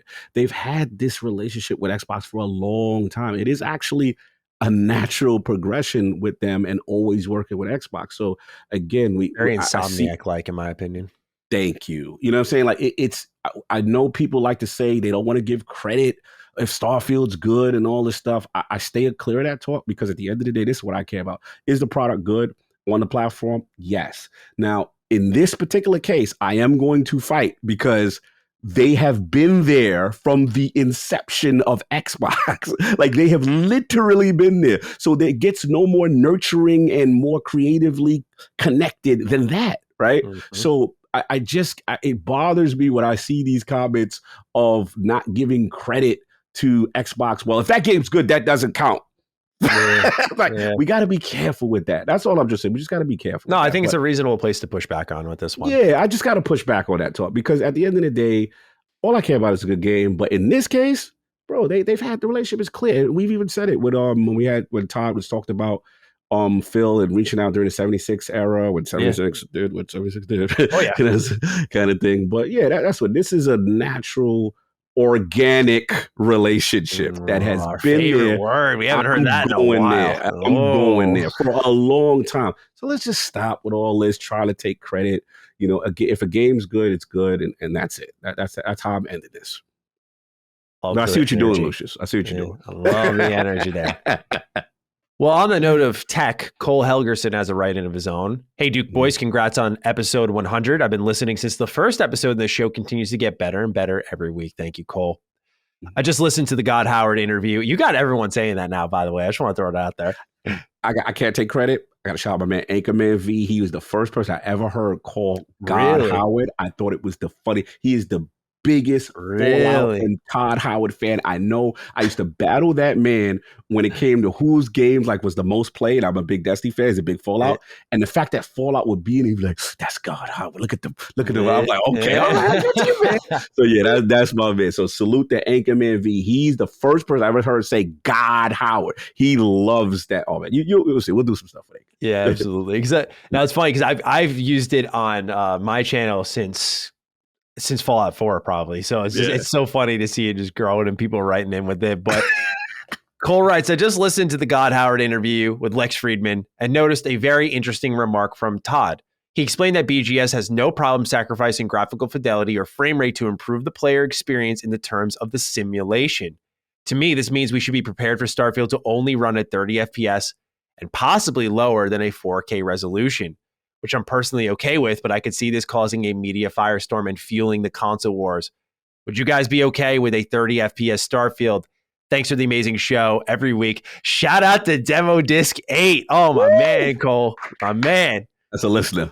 That is a great demo disc. Shout out to Demo Disc 8. All right. We need to get a shirt for that. That'd be a good shirt, just with the art from Demo Disc 8. Oh, bro, yeah. I gotta hit Colin up and just get his custom T-shirt company and just be like, shout out to Demo Disc 8. Just put that art on there. That's fire. All right, so we have to open this can of worms. We 100% have to. This is a hot topic in gaming right now. You were just playing it, A Plague Tale, with Gotham Knights. There's a lot of question marks surrounding the future performance and fidelity of games. And Starfield is one that some are worried with the gameplay presentation that was shown there. It was only 30. It was clearly in a fidelity mode, and the game looked beautiful. But will it have that 60 FPS option? And the question Cole asks is, would I be okay with 30 FPS Starfield? My answer is no. No. Let's go. Let's go. That he's not purchasing. Let's go. No, I'm purchasing. That's what we're going to go. Let's see. Let's go. Bring it down. But as a critic, as a host, it would be so wildly unforgivable, I think, to launch your flagship IP right now that's going to lead this console generation with 30 FPS. You need to have this, again, be the standard setter everywhere. No sacrifices feel like they have been made anywhere. Even if the game looks worse noticeably, but it runs at 60, you got to give people the option of frame rate. You've got to. You saw how you cannot have anything distract from Starfield being a goddamn success. That is why I say that. If you are Xbox, this will absorb the conversation. This will drag the team down because people are going to be talking about frame rates, sharing performance reports, than just talking about what they found on a planet. That is all it's going to be. Let Pokemon, let Plague Tale, let Gotham Knights, let all these games tell the tape, which is clear as day. If you are at 30 FPS, you are going to get bodied by the gaming community ruthlessly at that. And no one will let up until the patch is there or until you are forgotten about. And because Starfield's a high profile game, it's going to be until the patch is there. And if you ain't planning on one, it's just going to hang around like a cloud. I don't want to act like it's cataclysmic. I am so excited for this game. But man, you got to make sure this thing has 60 FPS and not only on PC. Especially last thing I want to dish it to you. No, I love these bars. Go ahead, let me hear this. When you focus on one platform and you give me the bar, I love to focus on one thing. Todd, man, look, I'm happy to see you right the wrongs of the past and make a game that looks good beyond its art, like the art in Starfield and whatnot, not Starfield, I'm sorry. Also Starfield, but the art in Fallout always looked fantastic. But it wasn't a graphically impressive game. Same thing with Elder Scrolls. It was a very art-driven game, and its color grading and its armor sets and how you looked in a still scene, like it carried what was not a graphically impressive game.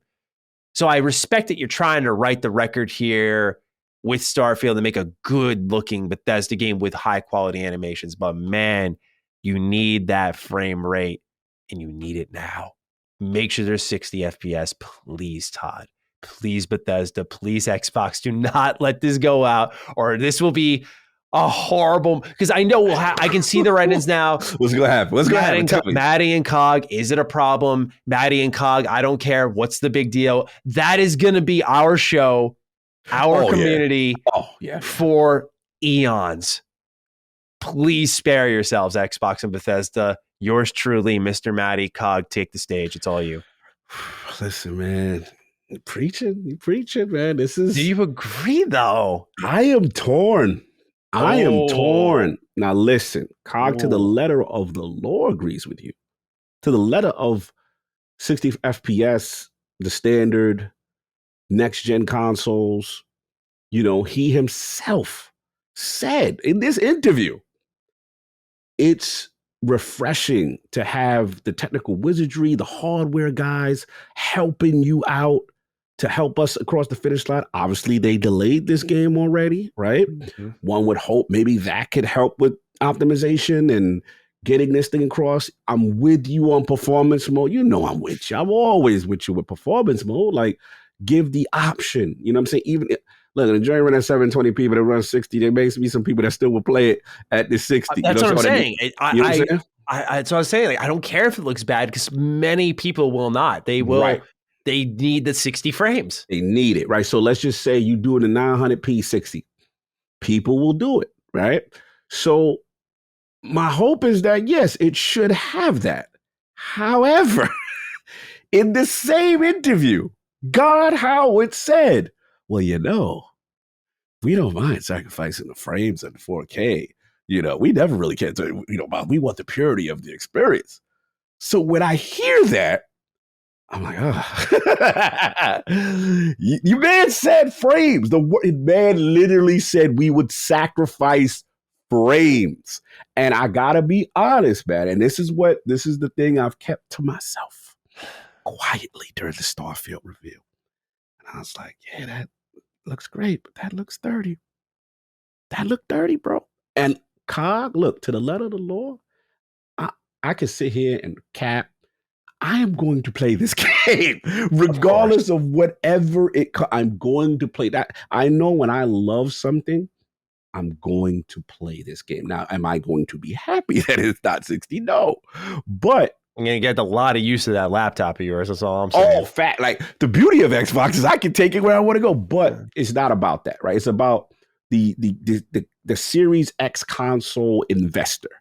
Right, the guy who put into this console, and the talk, like you said, man, you're absolutely spot on. The talk is going to be, how is it just for you, Xbox and PC, and you still can't hit it? And then it starts to open up other wounds again. What was it? The Series S, and then the conversation is going to get I'm so with you. The media, if it comes out that it's 30 FPS. There's no mode, there's no nothing. Yeah, the media's going to run with it. And I'm curious how Xbox is going to handle that. And the reason why I'm a little nervous is that it looked dirty when I saw it. Mm-hmm. Looked beautiful, but it looked dirty. And I am worried that Todd has a lot of influence. Todd, this is Todd Howard, right? And I don't know if Microsoft could come in there and be like, you better, right? That's what I'm worried about. Now, the battle of egos is what you're predicting here now? This is now, look. Then there's the other side of me that's like, yo, but it's the hardware. It's exclusive. They delayed it. You know what I'm saying? And they don't have to worry about other platforms. So to me, this could go. I'm literally this could go either way, and I wouldn't be surprised. I'm teetering. I wouldn't be. I've been putting it out there slowly on ILP. Like, how would you feel about if Starfield is 30 frames per second? I'd be like, oh no. I said, are you not going to play it though? No, I'm going to have to play. So I don't know. You're calling like the fraud alert on people. Yeah, It's a part of me. Listen, I don't want this game to be 30 frames first or second, but if it is, you're seeing the forest from the trees, right? That's what's happening here. Because I see people saying the statements, and I get it. Like when Gotham came out, people were like, no, bad 30, no 30. I want to see the energy. If it is the case with Starfield, what's going to happen? But I'm hoping, look, please have a performance mode. Please. I would like it too. So I'm with you there. So let's see what happens. Let's see indeed. Well, we can kind of continue this conversation a little bit because speaking on Xbox, he opened up that he didn't consider previous BGS games a platform seller, but he's saying that he's feeling the pressure of being a platform seller for the first time with Starfield. Yes, that's big. And again, doesn't that come back to the frame rate and stuff, like that pressure to deliver the features that would be expected of first party greatness? Goes into your argument. It goes into your see. That's where I'm lean. I'm trying to protect myself from the hurt if the bad thing happens. That's where I'm at with it. But to your point, yeah, if you got pressure on yourself, you know, if this joint is only 30, what's going to happen? So I don't know, man. I don't know. I mean, and he to your point too, he did delay this already. Yeah. So one would hope. Yeah. But the pressure's on. Yeah, indeed, you heard him talk about how intense it is with the open world and how talking about Bethesda games and how much of a challenge it was to stream all these systems and the memory. And I was like, oh no, you sound like you setting up at 30. I'm teetering. It could go either way. I want to see how this thing plays out. Indeed, I do too. We'll learn in due time, I imagine. Yes. But for now, let's talk a bit about Fallout. This is the one thing he said about Fallout. He said, when speaking on it, that it's not retelling a game's story, that they selected an area of the map and decided that's where they're going to tell a story that'll fit the world. And there may be references to the games, and if anything, add to those games. This made me feel a little bit better because when I was looking at the casting decisions for Fallout, I was thinking it was going to be a retelling of Fallout 4. Like just every character looked like someone from Fallout 4 in one way, shape, or another. And to see that it's going to be its own individual story has me excited because this is what I've wanted. Expansion material for Fallout that breaks it out and it sees new characters, new things happening. So I'm actually a little more keen on this now. Do you feel the same? Were you ever worried about it at all? No, I mean, I just like the approach, that they're taking with it. I think it's sound. I wasn't too worried about it because the way he said it, I was just like, nah, this is the person that cares about his IP. Like he really maybe a little too much with that Obsidian stuff, but yeah, I know. No, I'm not too worried about it. He kind of assured me there that they're going to take the proper care and respect what's going on as opposed to the bag, just grabbing it up and just they've had offers in the past, right? So you have to imagine. You could tell he wanted the name drop because he was kind of like, many notable names has approached us. Yes. So I was like, oh, you want a name drop? Who was it? Steven Spielberg? Who hit you up? Because he was like, this is a great story and many more guys wanted movie to came to it. I know. No, I think they do it right. They're taking the proper care and the unique story. So I'm not too worried now. I'm excited. Yeah. Just to cover this on the channel and talk about it here on the show. This is going to be fun. It's going to be fun. You're going to go crazy. Just to see, when he mentioned. I've been itching for new Fallout content. Yes. It's going to be fun. When he mentioned one of his favorite moments from gaming is stepping out of the vault on Fallout 3, bro. Yeah. I remember that moment. It was yesterday. That was a thing, absolutely. So to tell a unique story, let's go. He talked about Indiana Jones as well. Don't forget this one's in development, folks. It's by Machine Games. And when asked about it, Todd Howard reiterated that Machine Games was, quote, the perfect fit, unlike the original team, end quote. Now, this quote's important because if you don't know, Todd had pitched this game about a decade ago to LucasArts, and they had wanted to publish it themselves, but because Bethesda was a publisher, they wanted to do it, so it just fell out. But Todd had a team in mind. And when he said that Machine Games was the perfect team for it, you have to think of the type of game they make. Of course, punching Nazis, killing Nazis is involved in both series. But the type of game Machine Games makes is a first-person action-adventure style game. And I wonder if that Todd was trying to tell us something, because he calls the new Indiana Jones game a, quote, mashup, end quote, and that it's, quote, intentionally not only one thing, end quote. And this was the moment, you talked about a lot of his mannerisms. This was the key moment. You could see him trying to keep it together. The smile was crawling in. He was really trying not to say too much on this one, which is rare of Todd. He's usually a loose cannon, man. Like, he'll just let shit fly because he's like, you're not going to fire me. So whatever.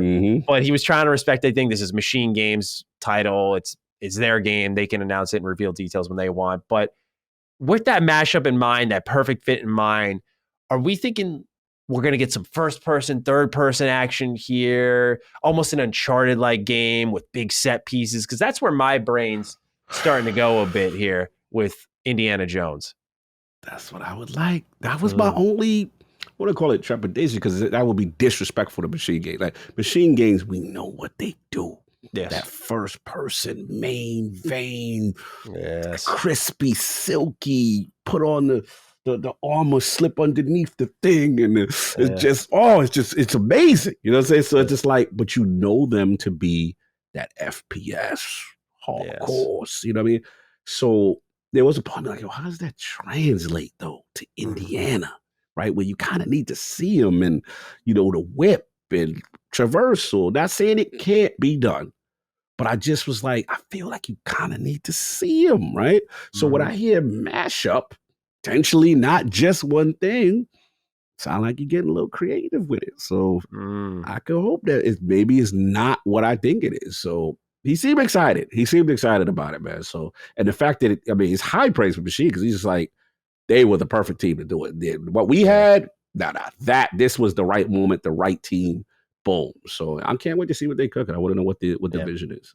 I just think by the perfect team compliment, it's got to have first-person shooting of some kind. Like, there's no doubt in my mind, it's got to have that, just because if they made like third-person games, why wouldn't you go like, oh, Tango Gameworks? Like, they've made third-person style games. So I know the transition isn't impossible. You look at what Guerrilla Games did with Killzone, where they went from Killzone to Horizon.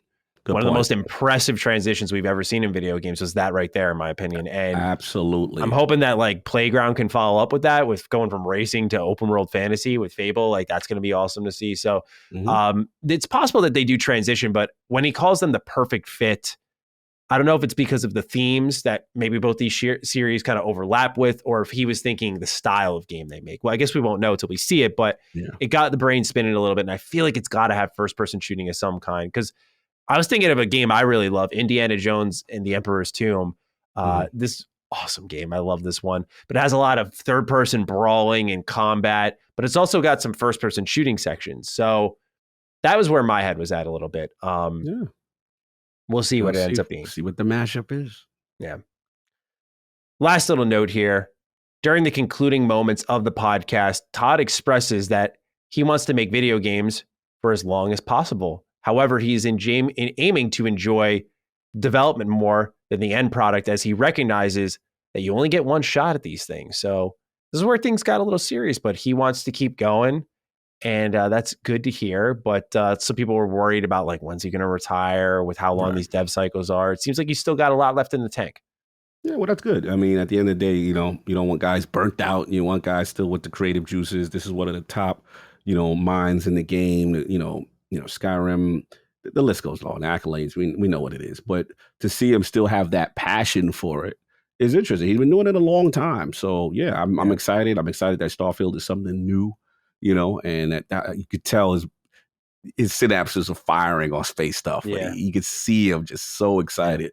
So that's what you want. You want that passion from the creatives that still got it, where it doesn't feel like a slog and they're just in it, kind of thing. So that's cool. Yeah.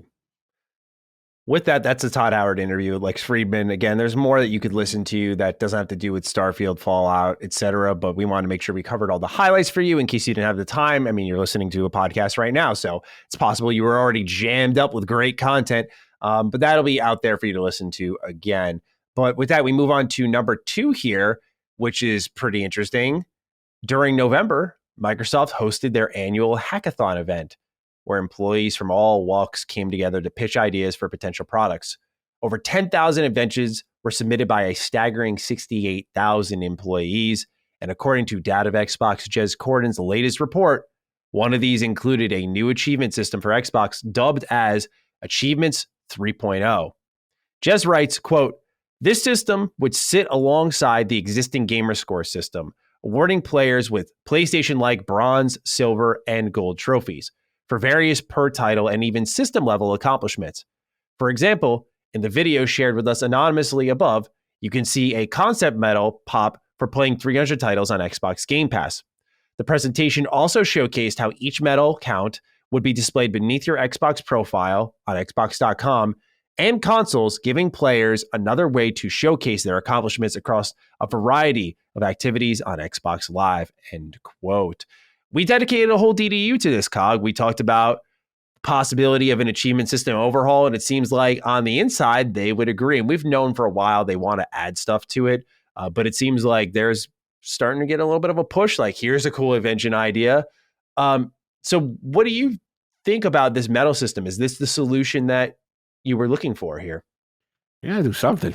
Right. They gotta do something, because we just finished talking about those completion rates, right? We just talked about how like going and incentivizing the player to want to stay in, and that's something that PlayStation does so well. And I think that's part of the reason why PlayStation, not only they make great games, not only the first party is great, we understand that, but when you incentivize completion, that is huge. And the way you do that is that extra stat, that extra, whether it be medal, whatever you want to call it, where you sit there and you say, okay, if you complete Halo Infinite, you get the gold medal, whatever it is, right? Listen, imitation is a serious form of flattery.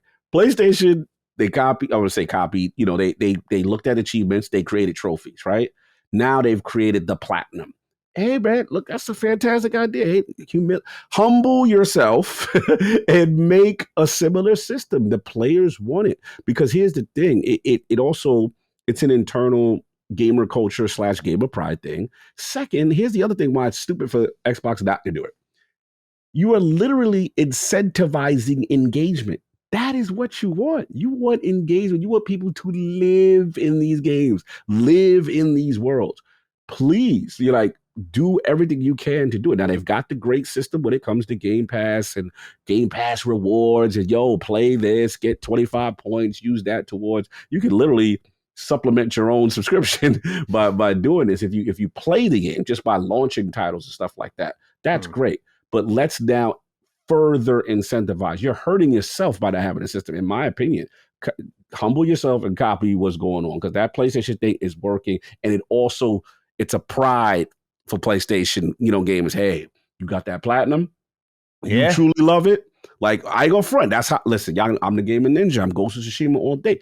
I made sure that one got that. And I was like, I think it was like the first platinum I ever really went for. I don't even care. I don't really care for it as much, but I went for it because I was like, I love that game. And I want every aspect of that game done. So, yeah.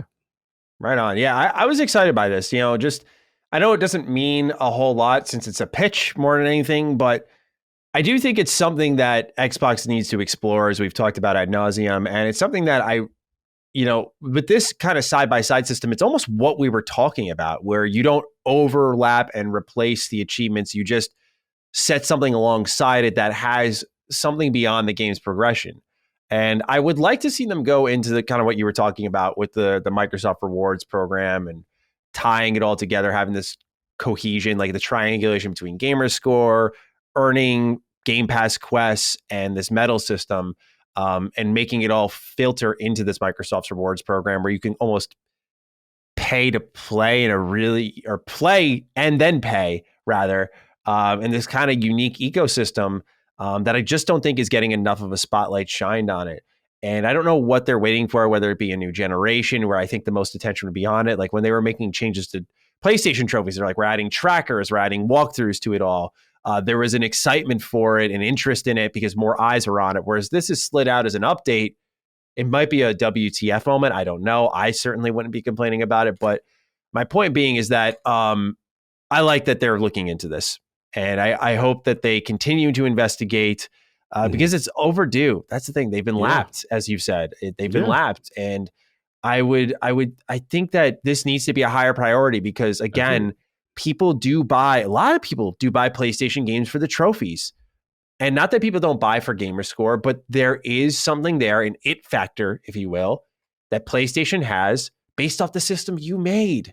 Yeah. They I don't want to say copied because I'm not going to disrespect them like that, but they took notes from your playbook and made their own. Yeah. Now it's time to return the favor. Absolutely. It's time. And I just feel like, with FPS boost, I'll take that and back compat first. I think their priorities were straight, but this should be like the next substantial Xbox system level move here. Not the fucking wallpapers, not the tile layout. You're not going to fix what I think is a messy UI. Like you're just not going to fix that until the next generation. You're not. This needs to be a higher priority on the list to idea jam and make something that will be fun for fans of the platform.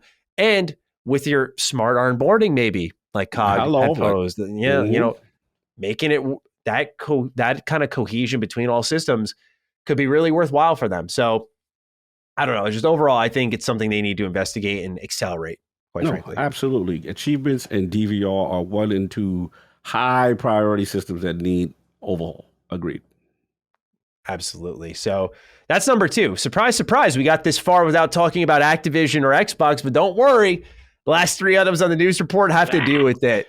Don't worry. These are fun nuggets. I swear we're not going to get into the legal hullabaloo of it all. Mm-hmm. So starting off, in a statement to the UK's CMA, Sony has claimed, many things.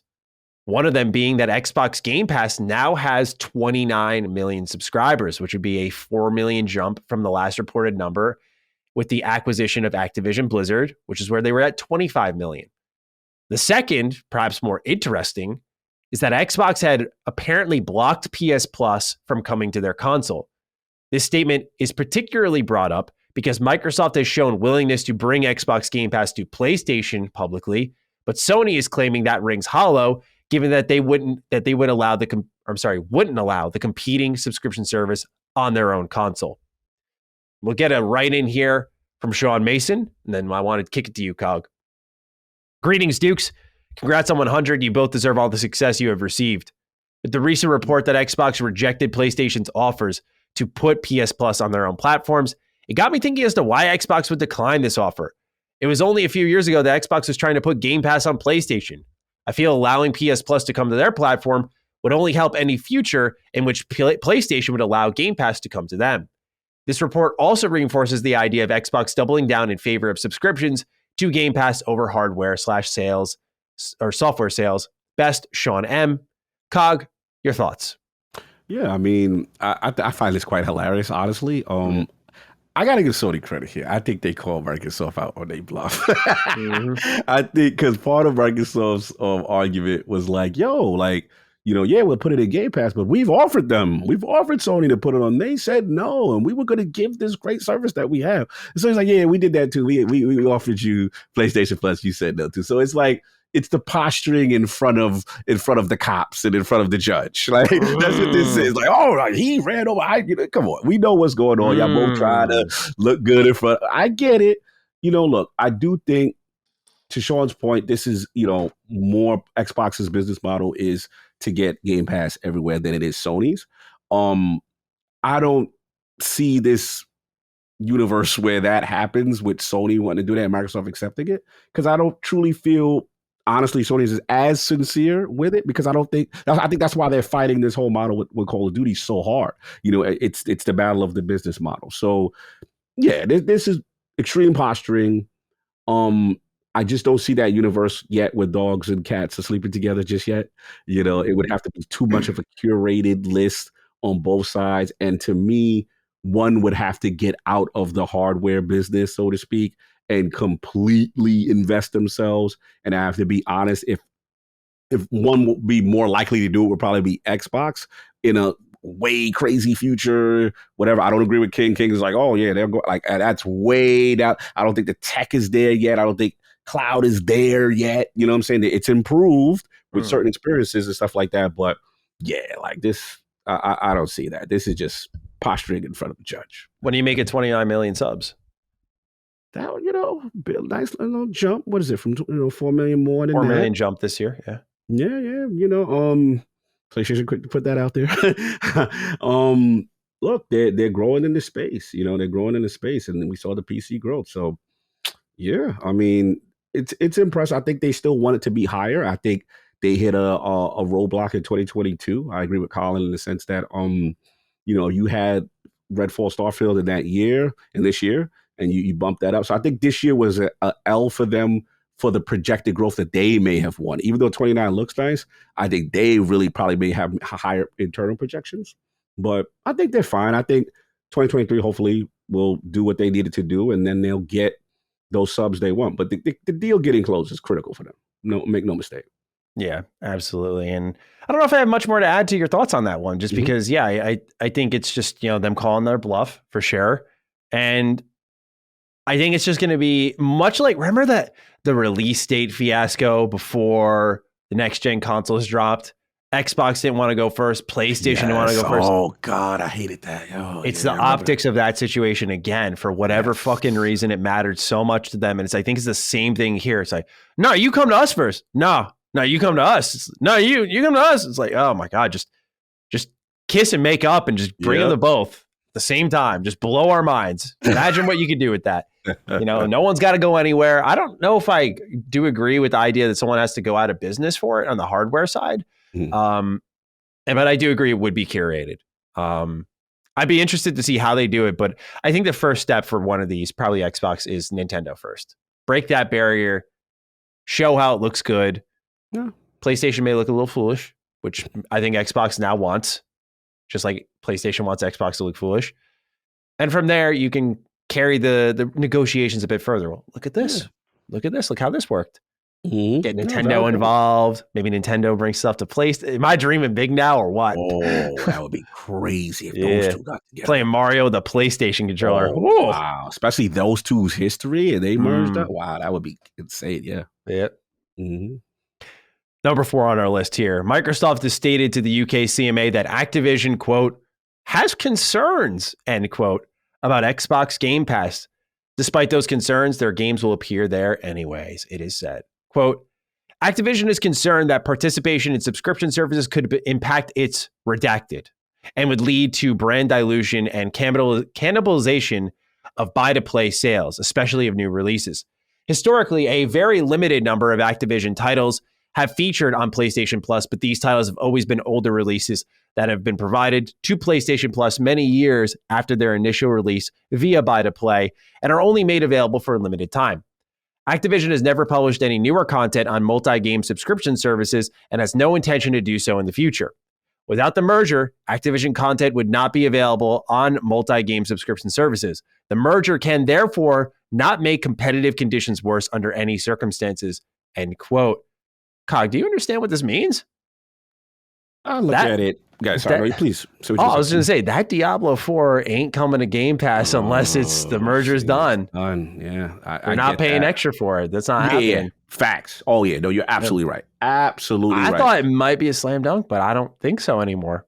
No, because, at first I was upset by it, but then I was like, it makes sense because they're still operating as Activision independently still right now with that mindset. To it either, yeah, you don't want to call attention. And then the second thing is, we got to be honest, like their games are, a lot of them are larger than life type games. Call of Duty, Diablo, Overwatch. These are huge games to sit there. What bag would be sufficient enough to knock it off of the platform? Then you're paying yourself, so to speak, if you're Microsoft. So, it makes sense. And this, I think their statements is why a lot of the bigger, like the Take-Twos, are not ready to go into Game Pass yet. Like you got 29 million, that's cool, but we're not giving up all the rest of these sales because our games are so huge, right? Yeah.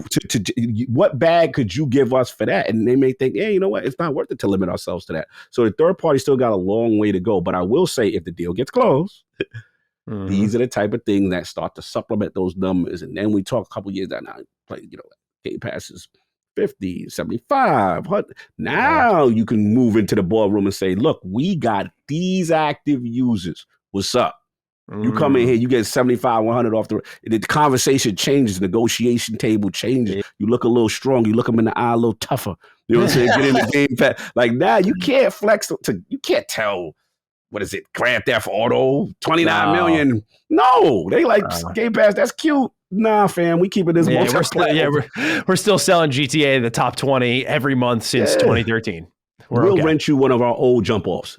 See you later. 100%. Yeah, I agree with you. Like the larger than life titles, your Call of Duties, your GTAs will probably never be a fit for Game Pass. Just there's so much overtime money to be lost. Yeah. And if they are part of Game Pass, it'll be months down the stretch. Like there's a reason why Red Dead Redemption 2 made its way to PS Plus, right? Because like the online support wasn't that great, so it wasn't still selling, but it's not selling like GTA was over time. And I imagine they're a little soured by that, but that's where you collect your bag. But the smaller titles, if you will, are what surprised me. Like the idea that they're against, like, it sounds like Crash Bandicoot or something coming to Game Pass. I'm like, there's more to gain on that one, I would think. Yes. Your Spyros. Yes. I wouldn't even think your Diablo. You know, I would think, I can't say that word without thinking of Jess. Diablo. I know. I don't know. I don't know what they do without Diablo. But I just feel like that's a game that, even though it's huge, it's a mainstream series, I feel like it fits so well with Game Pass, and there's a lot to gain with that. But that one, I'll admit, I don't know the numbers on. So it's just me shooting from the hip on that specific title. But interesting to hear Microsoft admit that kind of weakness in their own deal as a leg up. Yes, I peeped that. I peeped that. They've been using that. They didn't want it, but we're going to do it because we think it's best for the consumer. Listen, we're turning them to a better company. When you in front of the judge, you got to say what you got to say to get that. They play a game. How much do you think is discussed between them two? Like, hey, we're going to make you guys kind of look bad, but we're going to do it so that like they kind of nudge a little bit, all right?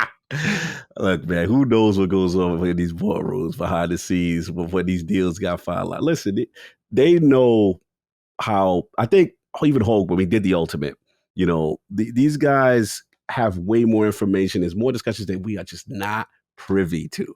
So a lot of them know how it's going to play out, and they know what buttons to push and who to, what I'm saying. So we'll see. Number 5, small one, but still worth covering. According to Reuters, Microsoft is expected to offer more concessions beyond the already confirmed 10-year licensing deal to Sony, which we don't know if they accepted yet. They have also reported the deal has been approved in Serbia, which, that's exactly what they need right now. That's going to sway the FTC in their favor. Serbia. That's the difference. But more concessions are on the way as expected. We talked about this a lot on DDU and what that could look like. But that is everything that's going on with the Microsoft Activision deal as of late. Look at that, ladies and gentlemen. I think because there were other things happening, we staggered it out and we got this far without really talking about it. It was pretty brief. Not bad. Like how we did it. Yeah, man. So don't get too bad at us in the comment section. Yeah. We did it in a way, respectful. We got in and got out. We had to talk about it. Stuff did happen. Yes, absolutely. Well, that's the thing. When people complain that nothing's happening in the Xbox community, now it's happening. It's just not video games. So now we're complaining it's not games. So we'll get there. Hopefully next year we'll just have shows loaded with games. Yes, please. Speaking of games, Game Pass pick of the week time. Cog, you are up, my friend. What is your selection? I've come around. It was very hard on this game initially. And shout out to Jump Ship Studios. It is Somerville, y'all. It is Somerville. Now, look, is it flawed? Yes. It's not perfect. There are some issues. I talked about the atmospheric storytelling. I'm talking about, the basic concepts of basically your family. And I don't want to say there's some type of extraterrestrial influence is what I'll say without spoiling. And it does a great job of showing no verb, no dialogue, right? But telling a lot through the actions and stuff like that. So again, the puzzle system, my issues at like probably the first quarter of the game. there were about maybe 2 or 3 that I'm like, that didn't feel earned. That didn't feel good when I actually figured that out. Once I got past that, it becomes a game where when you complete like a puzzle or a section and you keep moving, you scroll to the next portion of the game.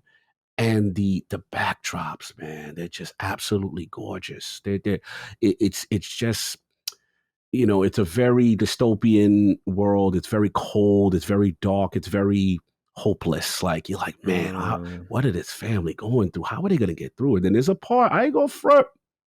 It was one part I came close. Oh. I came close. There was one part. And let's just say there's a portion you're separated for a long time. And I didn't expect the game to do something. And I was just like, oh, damn, that was cool. And I actually Xbox recorded that on that. I was like, yo. And from that point on, it showed heart to me. I was like, oh, this is cool.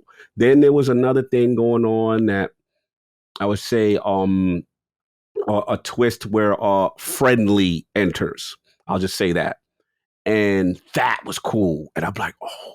Then there was a part, and for those who played it, I'm going to tell you what really hit for me. There's a concert stage part that I thought was greatly done. It's just weird, wacky. It's just dope. But I just love that they used the concert stage and used it, whatever.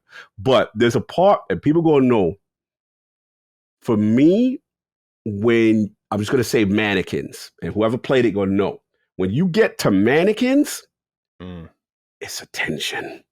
And it's okay, yo, we in this place. Don't make noise. If you make noise, this threat is going to get you. And there's a part where this threat is on you, right? So, and then, like I said, you get to the end, you get close to the end, a couple parts that I'm like, oh my God, that was cold-hearted. He is still one of the worst fathers and one of the worst husbands. There's a part, y'all gonna know, I'm like, fam. Game just gets weird towards, but a good weird. Okay. What the F is happening? What is this? What is this? What is happening? But it's cool. The second half of this game is fire. Like then it ends, and I'm like, I gotta go back. Full disclosure, this is an artsy-fartsy game. I'm just gonna call it out there. This is one of those joints that you go to the art museum and it's your interpretation. Maddie felt I looked at the Mona Lisa and I saw this. Cog felt I looked at the Mona Lisa and I saw this. And it's how you interpret it. But I thought it was cool. Nice. That's just me. And I'm gonna be honest, I left, and Inside is the GOAT still. But I felt this end better than Inside. I felt the what is happening discuss, like this is a game I need a discussion with, because it's like, what did you feel was this? What did you make sense of this? It's one of those. So I love games. I'm an artsy-fartsy guy. Like I like those games. You're like, all right, man, what did you, but when this happened, did you think, and what do you think the overall concept of the game? I did think it had a great discussion point. And there's multiple endings. You could do different things. It's a discussion point. So look, jump ship. Nice. Just go in there, make a patch, fix your little technical issues from foreground to background, and make some little puzzles a little bit more visible and things. But I thought and then there were some puzzles that were really good. And I'm like, okay, you know what I'm saying? So that's it. Nice. It's worth it. It's worth the adventure. Go give it a shot, man. Somerville, you've earned my respect. I've come full circle from your second half of the game. Yeah, man, you were down a little on it. So this is quite the adventure here. So I'm glad to hear you loved it. It's because my bar is so high. And it's not, it's not the GOAT. But when I play, I'm like, nah, you're still great in your own respect. You're just not that. That's all. I'm glad. So that's your Game Pass pick of the week, Somerville. With that, we have 2 questions to wrap us up, and then we're out of here. Ladies is our first one. Hello, Dukes. With the Game Awards coming up, I was wondering if you could each list one game that you would want to be there, one game you think is a lock to be there, and one game you think has no chance of being there. For me, I want to see Avowed. I think we'll see Hellblade. I think there's no chance we see Perfect Dark. Keep up the great work, fellas. Thank you, ladies. Cog, do you have a little bit of a 1, 2, 3 for me here of one game? Let's do it one by one together. How about we both list one that we want to be there? The one that we want or lock? How are we doing it? The first one, the one that we want to be there. He says want to be, lock to be there, and game you have no chance to be there. Yeah. Ladies. Okay, so the one I want to be there is actually already announced. Let's go! I was hoping, So Tekken, I'm good. I'm good. You're good. Yeah. I have to take Lady's answer here. I gotta say, Avowed is the one I've wanted for a while. I feel like the Game Awards are the home of Obsidian. And I think it's not realistic, but it's one that I really want because I've wanted it for. If you watch my channel, my showcase predictions, and you watch this show and our predictions for any event that's coming up, you always hear me saying like, "Is it time for Avowed?" And I think when the Game Awards come around, I'm like, you know what?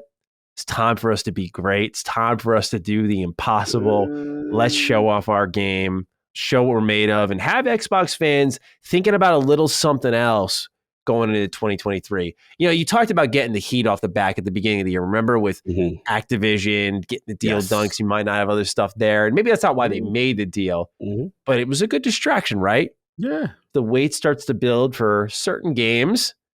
Got a good distraction here in Avowed that we know they've wanted to reveal for a while. So I would say if there's one game I want to be there, it's Avowed. Starfield goes without saying, but Starfield I don't think needs the Game Awards. So I don't know. If it's there, I'll lose my shit, but no, I would say Avowed. Avowed's the one I want. Okay, that's a good one. So which one do you think is a lock that we don't know about, but you think will definitely be there?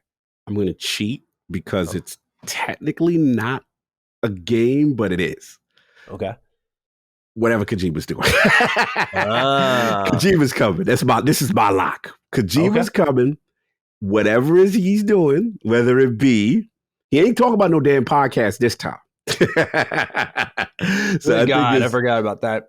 If it's that Xbox exclusive, you know what I'm saying? You know, if it's that, or whatever projects he's working on, rumored, you know what I'm saying? I think Kojima might be ready to talk. I mean, ready to show something. Just show a little something on the screen. That's my lock.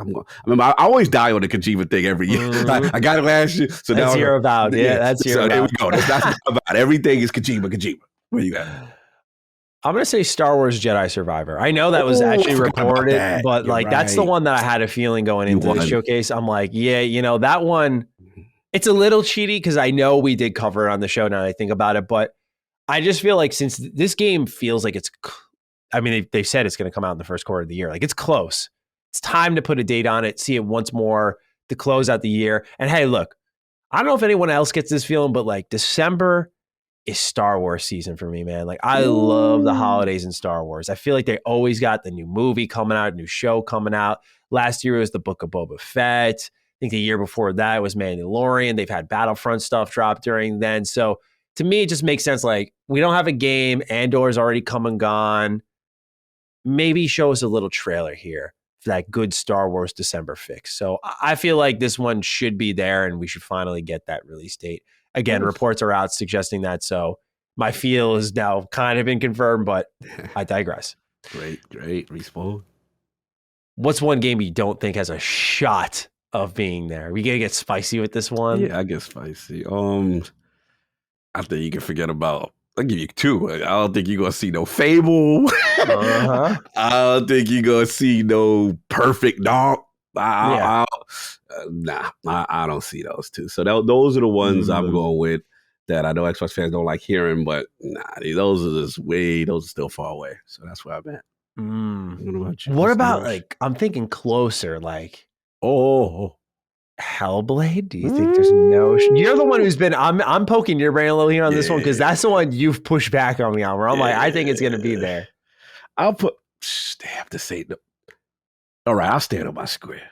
I'll say no. I'll say no. I know Xbox fans I'm gonna lock it down. I hope I'm wrong. Listen, this would be the great one to take an L on. I'll be happy as hell. I take an L on this. But I feel like man, like you showed it already. You showed it the first time with the system. You showed it the second time.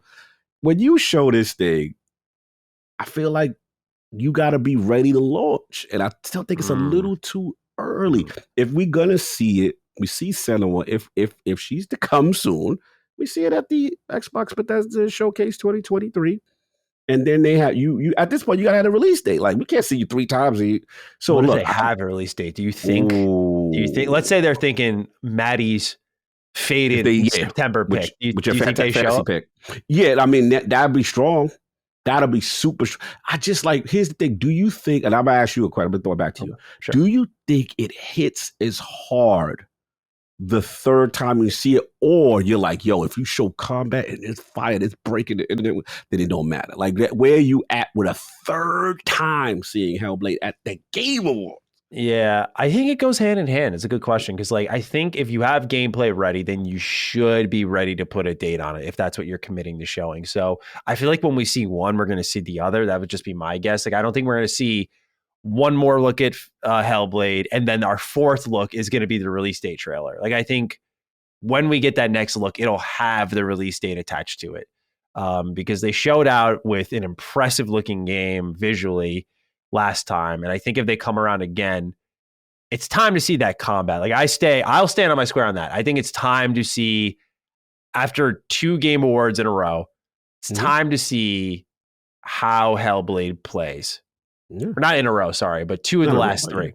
Yeah. But it's time to see what we're going to play. Like, we've seen visually, but what is the enhanced combat like compared to the first one, which looked really cool, but didn't have that depth? What does Ninja Theory do to elevate that? And I feel like it's time to lay eyes on that. And I think when you get that, you should be getting that release date, because I know that first half of if they're applying, let's say their showcase rules apply to the Game Awards like they did for their summer showcase, right? The 1 year rule. Yeah. Whatever showings within the next calendar year. And I feel like they're in a good slot. Give them that Hellblade. Let them. Yeah. So we can't announce this. Like, here's what's after Starfield and everything. Got you. So what about now, June 2023? Let's say you throw the release date. Let's say the release date is the Maddie special. You know, that fall 2023 Maddie's fantasy number is going to be crazy. Better go crazy. You're going to get Cog up out of there. That's the ace of the hole if you get this one. Oh, right? Yeah. That's going to be dangerous. Yeah, it's dangerous for me. I'm scared to death. So I'm happy as a game. But so now, 2023, Bethesda Microsoft Showcase, you showing Hellblade a 4 times? Because that means you coming out. That's a good point. That's a good point. You going to show it 4 times now? What you going to show it at that conference? I mean, we talk a lot about lack of marketing from Xbox with Redfall and whatnot. Okay. Would it be so extreme to do 4? Okay. I mean, I'm saying that not even like facetiously. Like, would it really be extreme to do a 4th? Okay. I don't think it would. Okay. And do they have to show up? Probably. But do they have to show up? I mean, coming out that year, you got to show up at the that's fair. Yeah. The whole showcase. We're spitballing at this point, but yeah, I don't know. I don't think 4 would be that bad. We'll have to pay attention to the trailer counts. We'll have to pay attention to what's out there, because I know Redfall's getting up there. Redfall we've seen a couple of times now. And I think for me, my excitement is ramping. I'm like, oh, this looks good. Like, this looks what I've been looking for. But for some, it's like, okay, see you at launch. But this is a part of that era, right? That era of all those acquisitions in 2018. Yes. So I feel like the energy, you could get away with a 4th, right? Kind of slam dunk it. Maybe. I think your concern is valid for sure. I mean, I will say this. If any game is warranted based on the graphical fidelity and how beloved and unique it is Hellblade. If anyone can do it, I'm just worried about the overexposure and how they would handle it. But if it looks phenomenal, it don't matter. People go like, oh my God. You know what I'm saying? Like, so it is, listen, I'll be happy to be wrong. My thing is, I personally, I'm a Polar Addict, feel you should save that one for your stage if you intend to release. You gave Jeff 2 bags already. You gave him 2 bags to throw out there. You saw her face, the graphical, the screaming. Then you saw the monster. Okay, all right, we doing the okay. Look, I get it. The platform is huge. The awards is huge. You got the most eyes on it. I get it. So I understand. I just want to see how you had it, because don't let nothing look out of place. Don't let a frame be wrong. You know these. Hey, you're right. Let me stop. But we'll see. We'll see. I wouldn't be mad either way. I'm just curious to see how it plays out. I am too. Yeah, Hellblade's going to be the big X factor for this show. Like, that's the one I'm thinking about the most going in. I've said this. I've said last thing I'll say this, and this is going to sound really controversial for me because I'm such a Starfield fan. I had this conversation offline with a few people. As much as Starfield is for me, and I think it's going to break the internet. I'm going to say something controversial, man. I think Hellblade being successful is more important to Xbox. Oh, interesting. Let's get into that a little bit. Hold on. I think that even though Starfield being successful is not minimizing it, but I think the person who is on the fence about the Xbox ecosystem, Hellblade 2 means more. Hellblade being... That fidelity says a lot, yeah?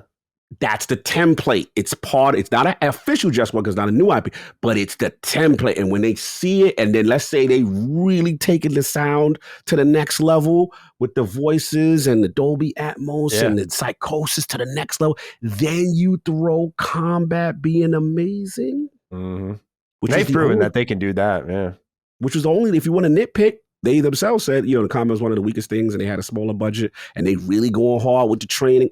And that looked visceral now. Mm-hmm. Now you're going to get eyes like, this is what I want from Series X. And a great narrative, people will, as opposed to my beloved. Don't get me wrong, Starfield is my beloved. Right. But I do think Hellblade being successful moves the needle. Remember, they chose to showcase that game with the Series X. They know what was going on with it. So we'll see. Absolutely. So great talk on that.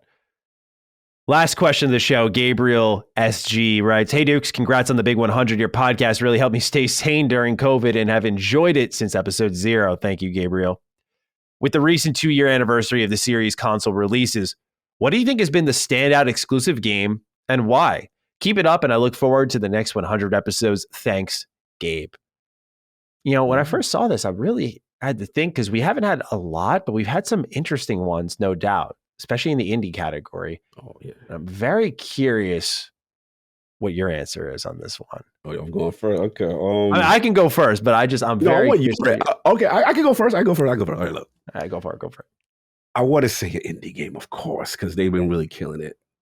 But I got to do the things that the fanboys don't like. But I got to do it, man.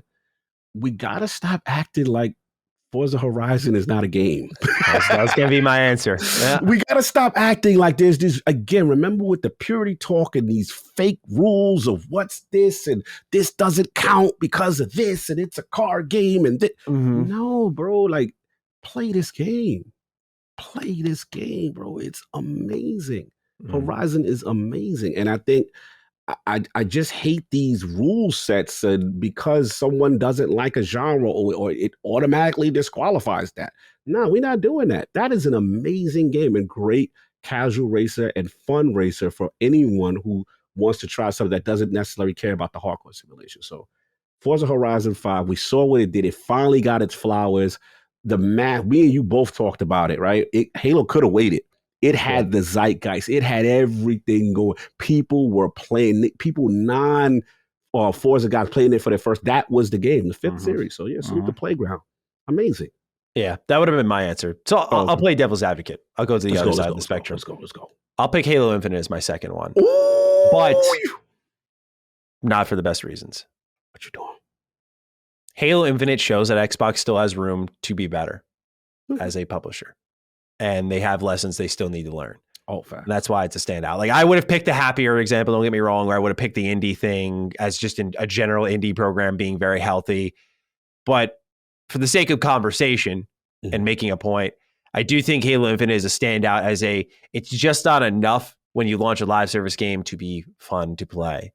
You have to have content.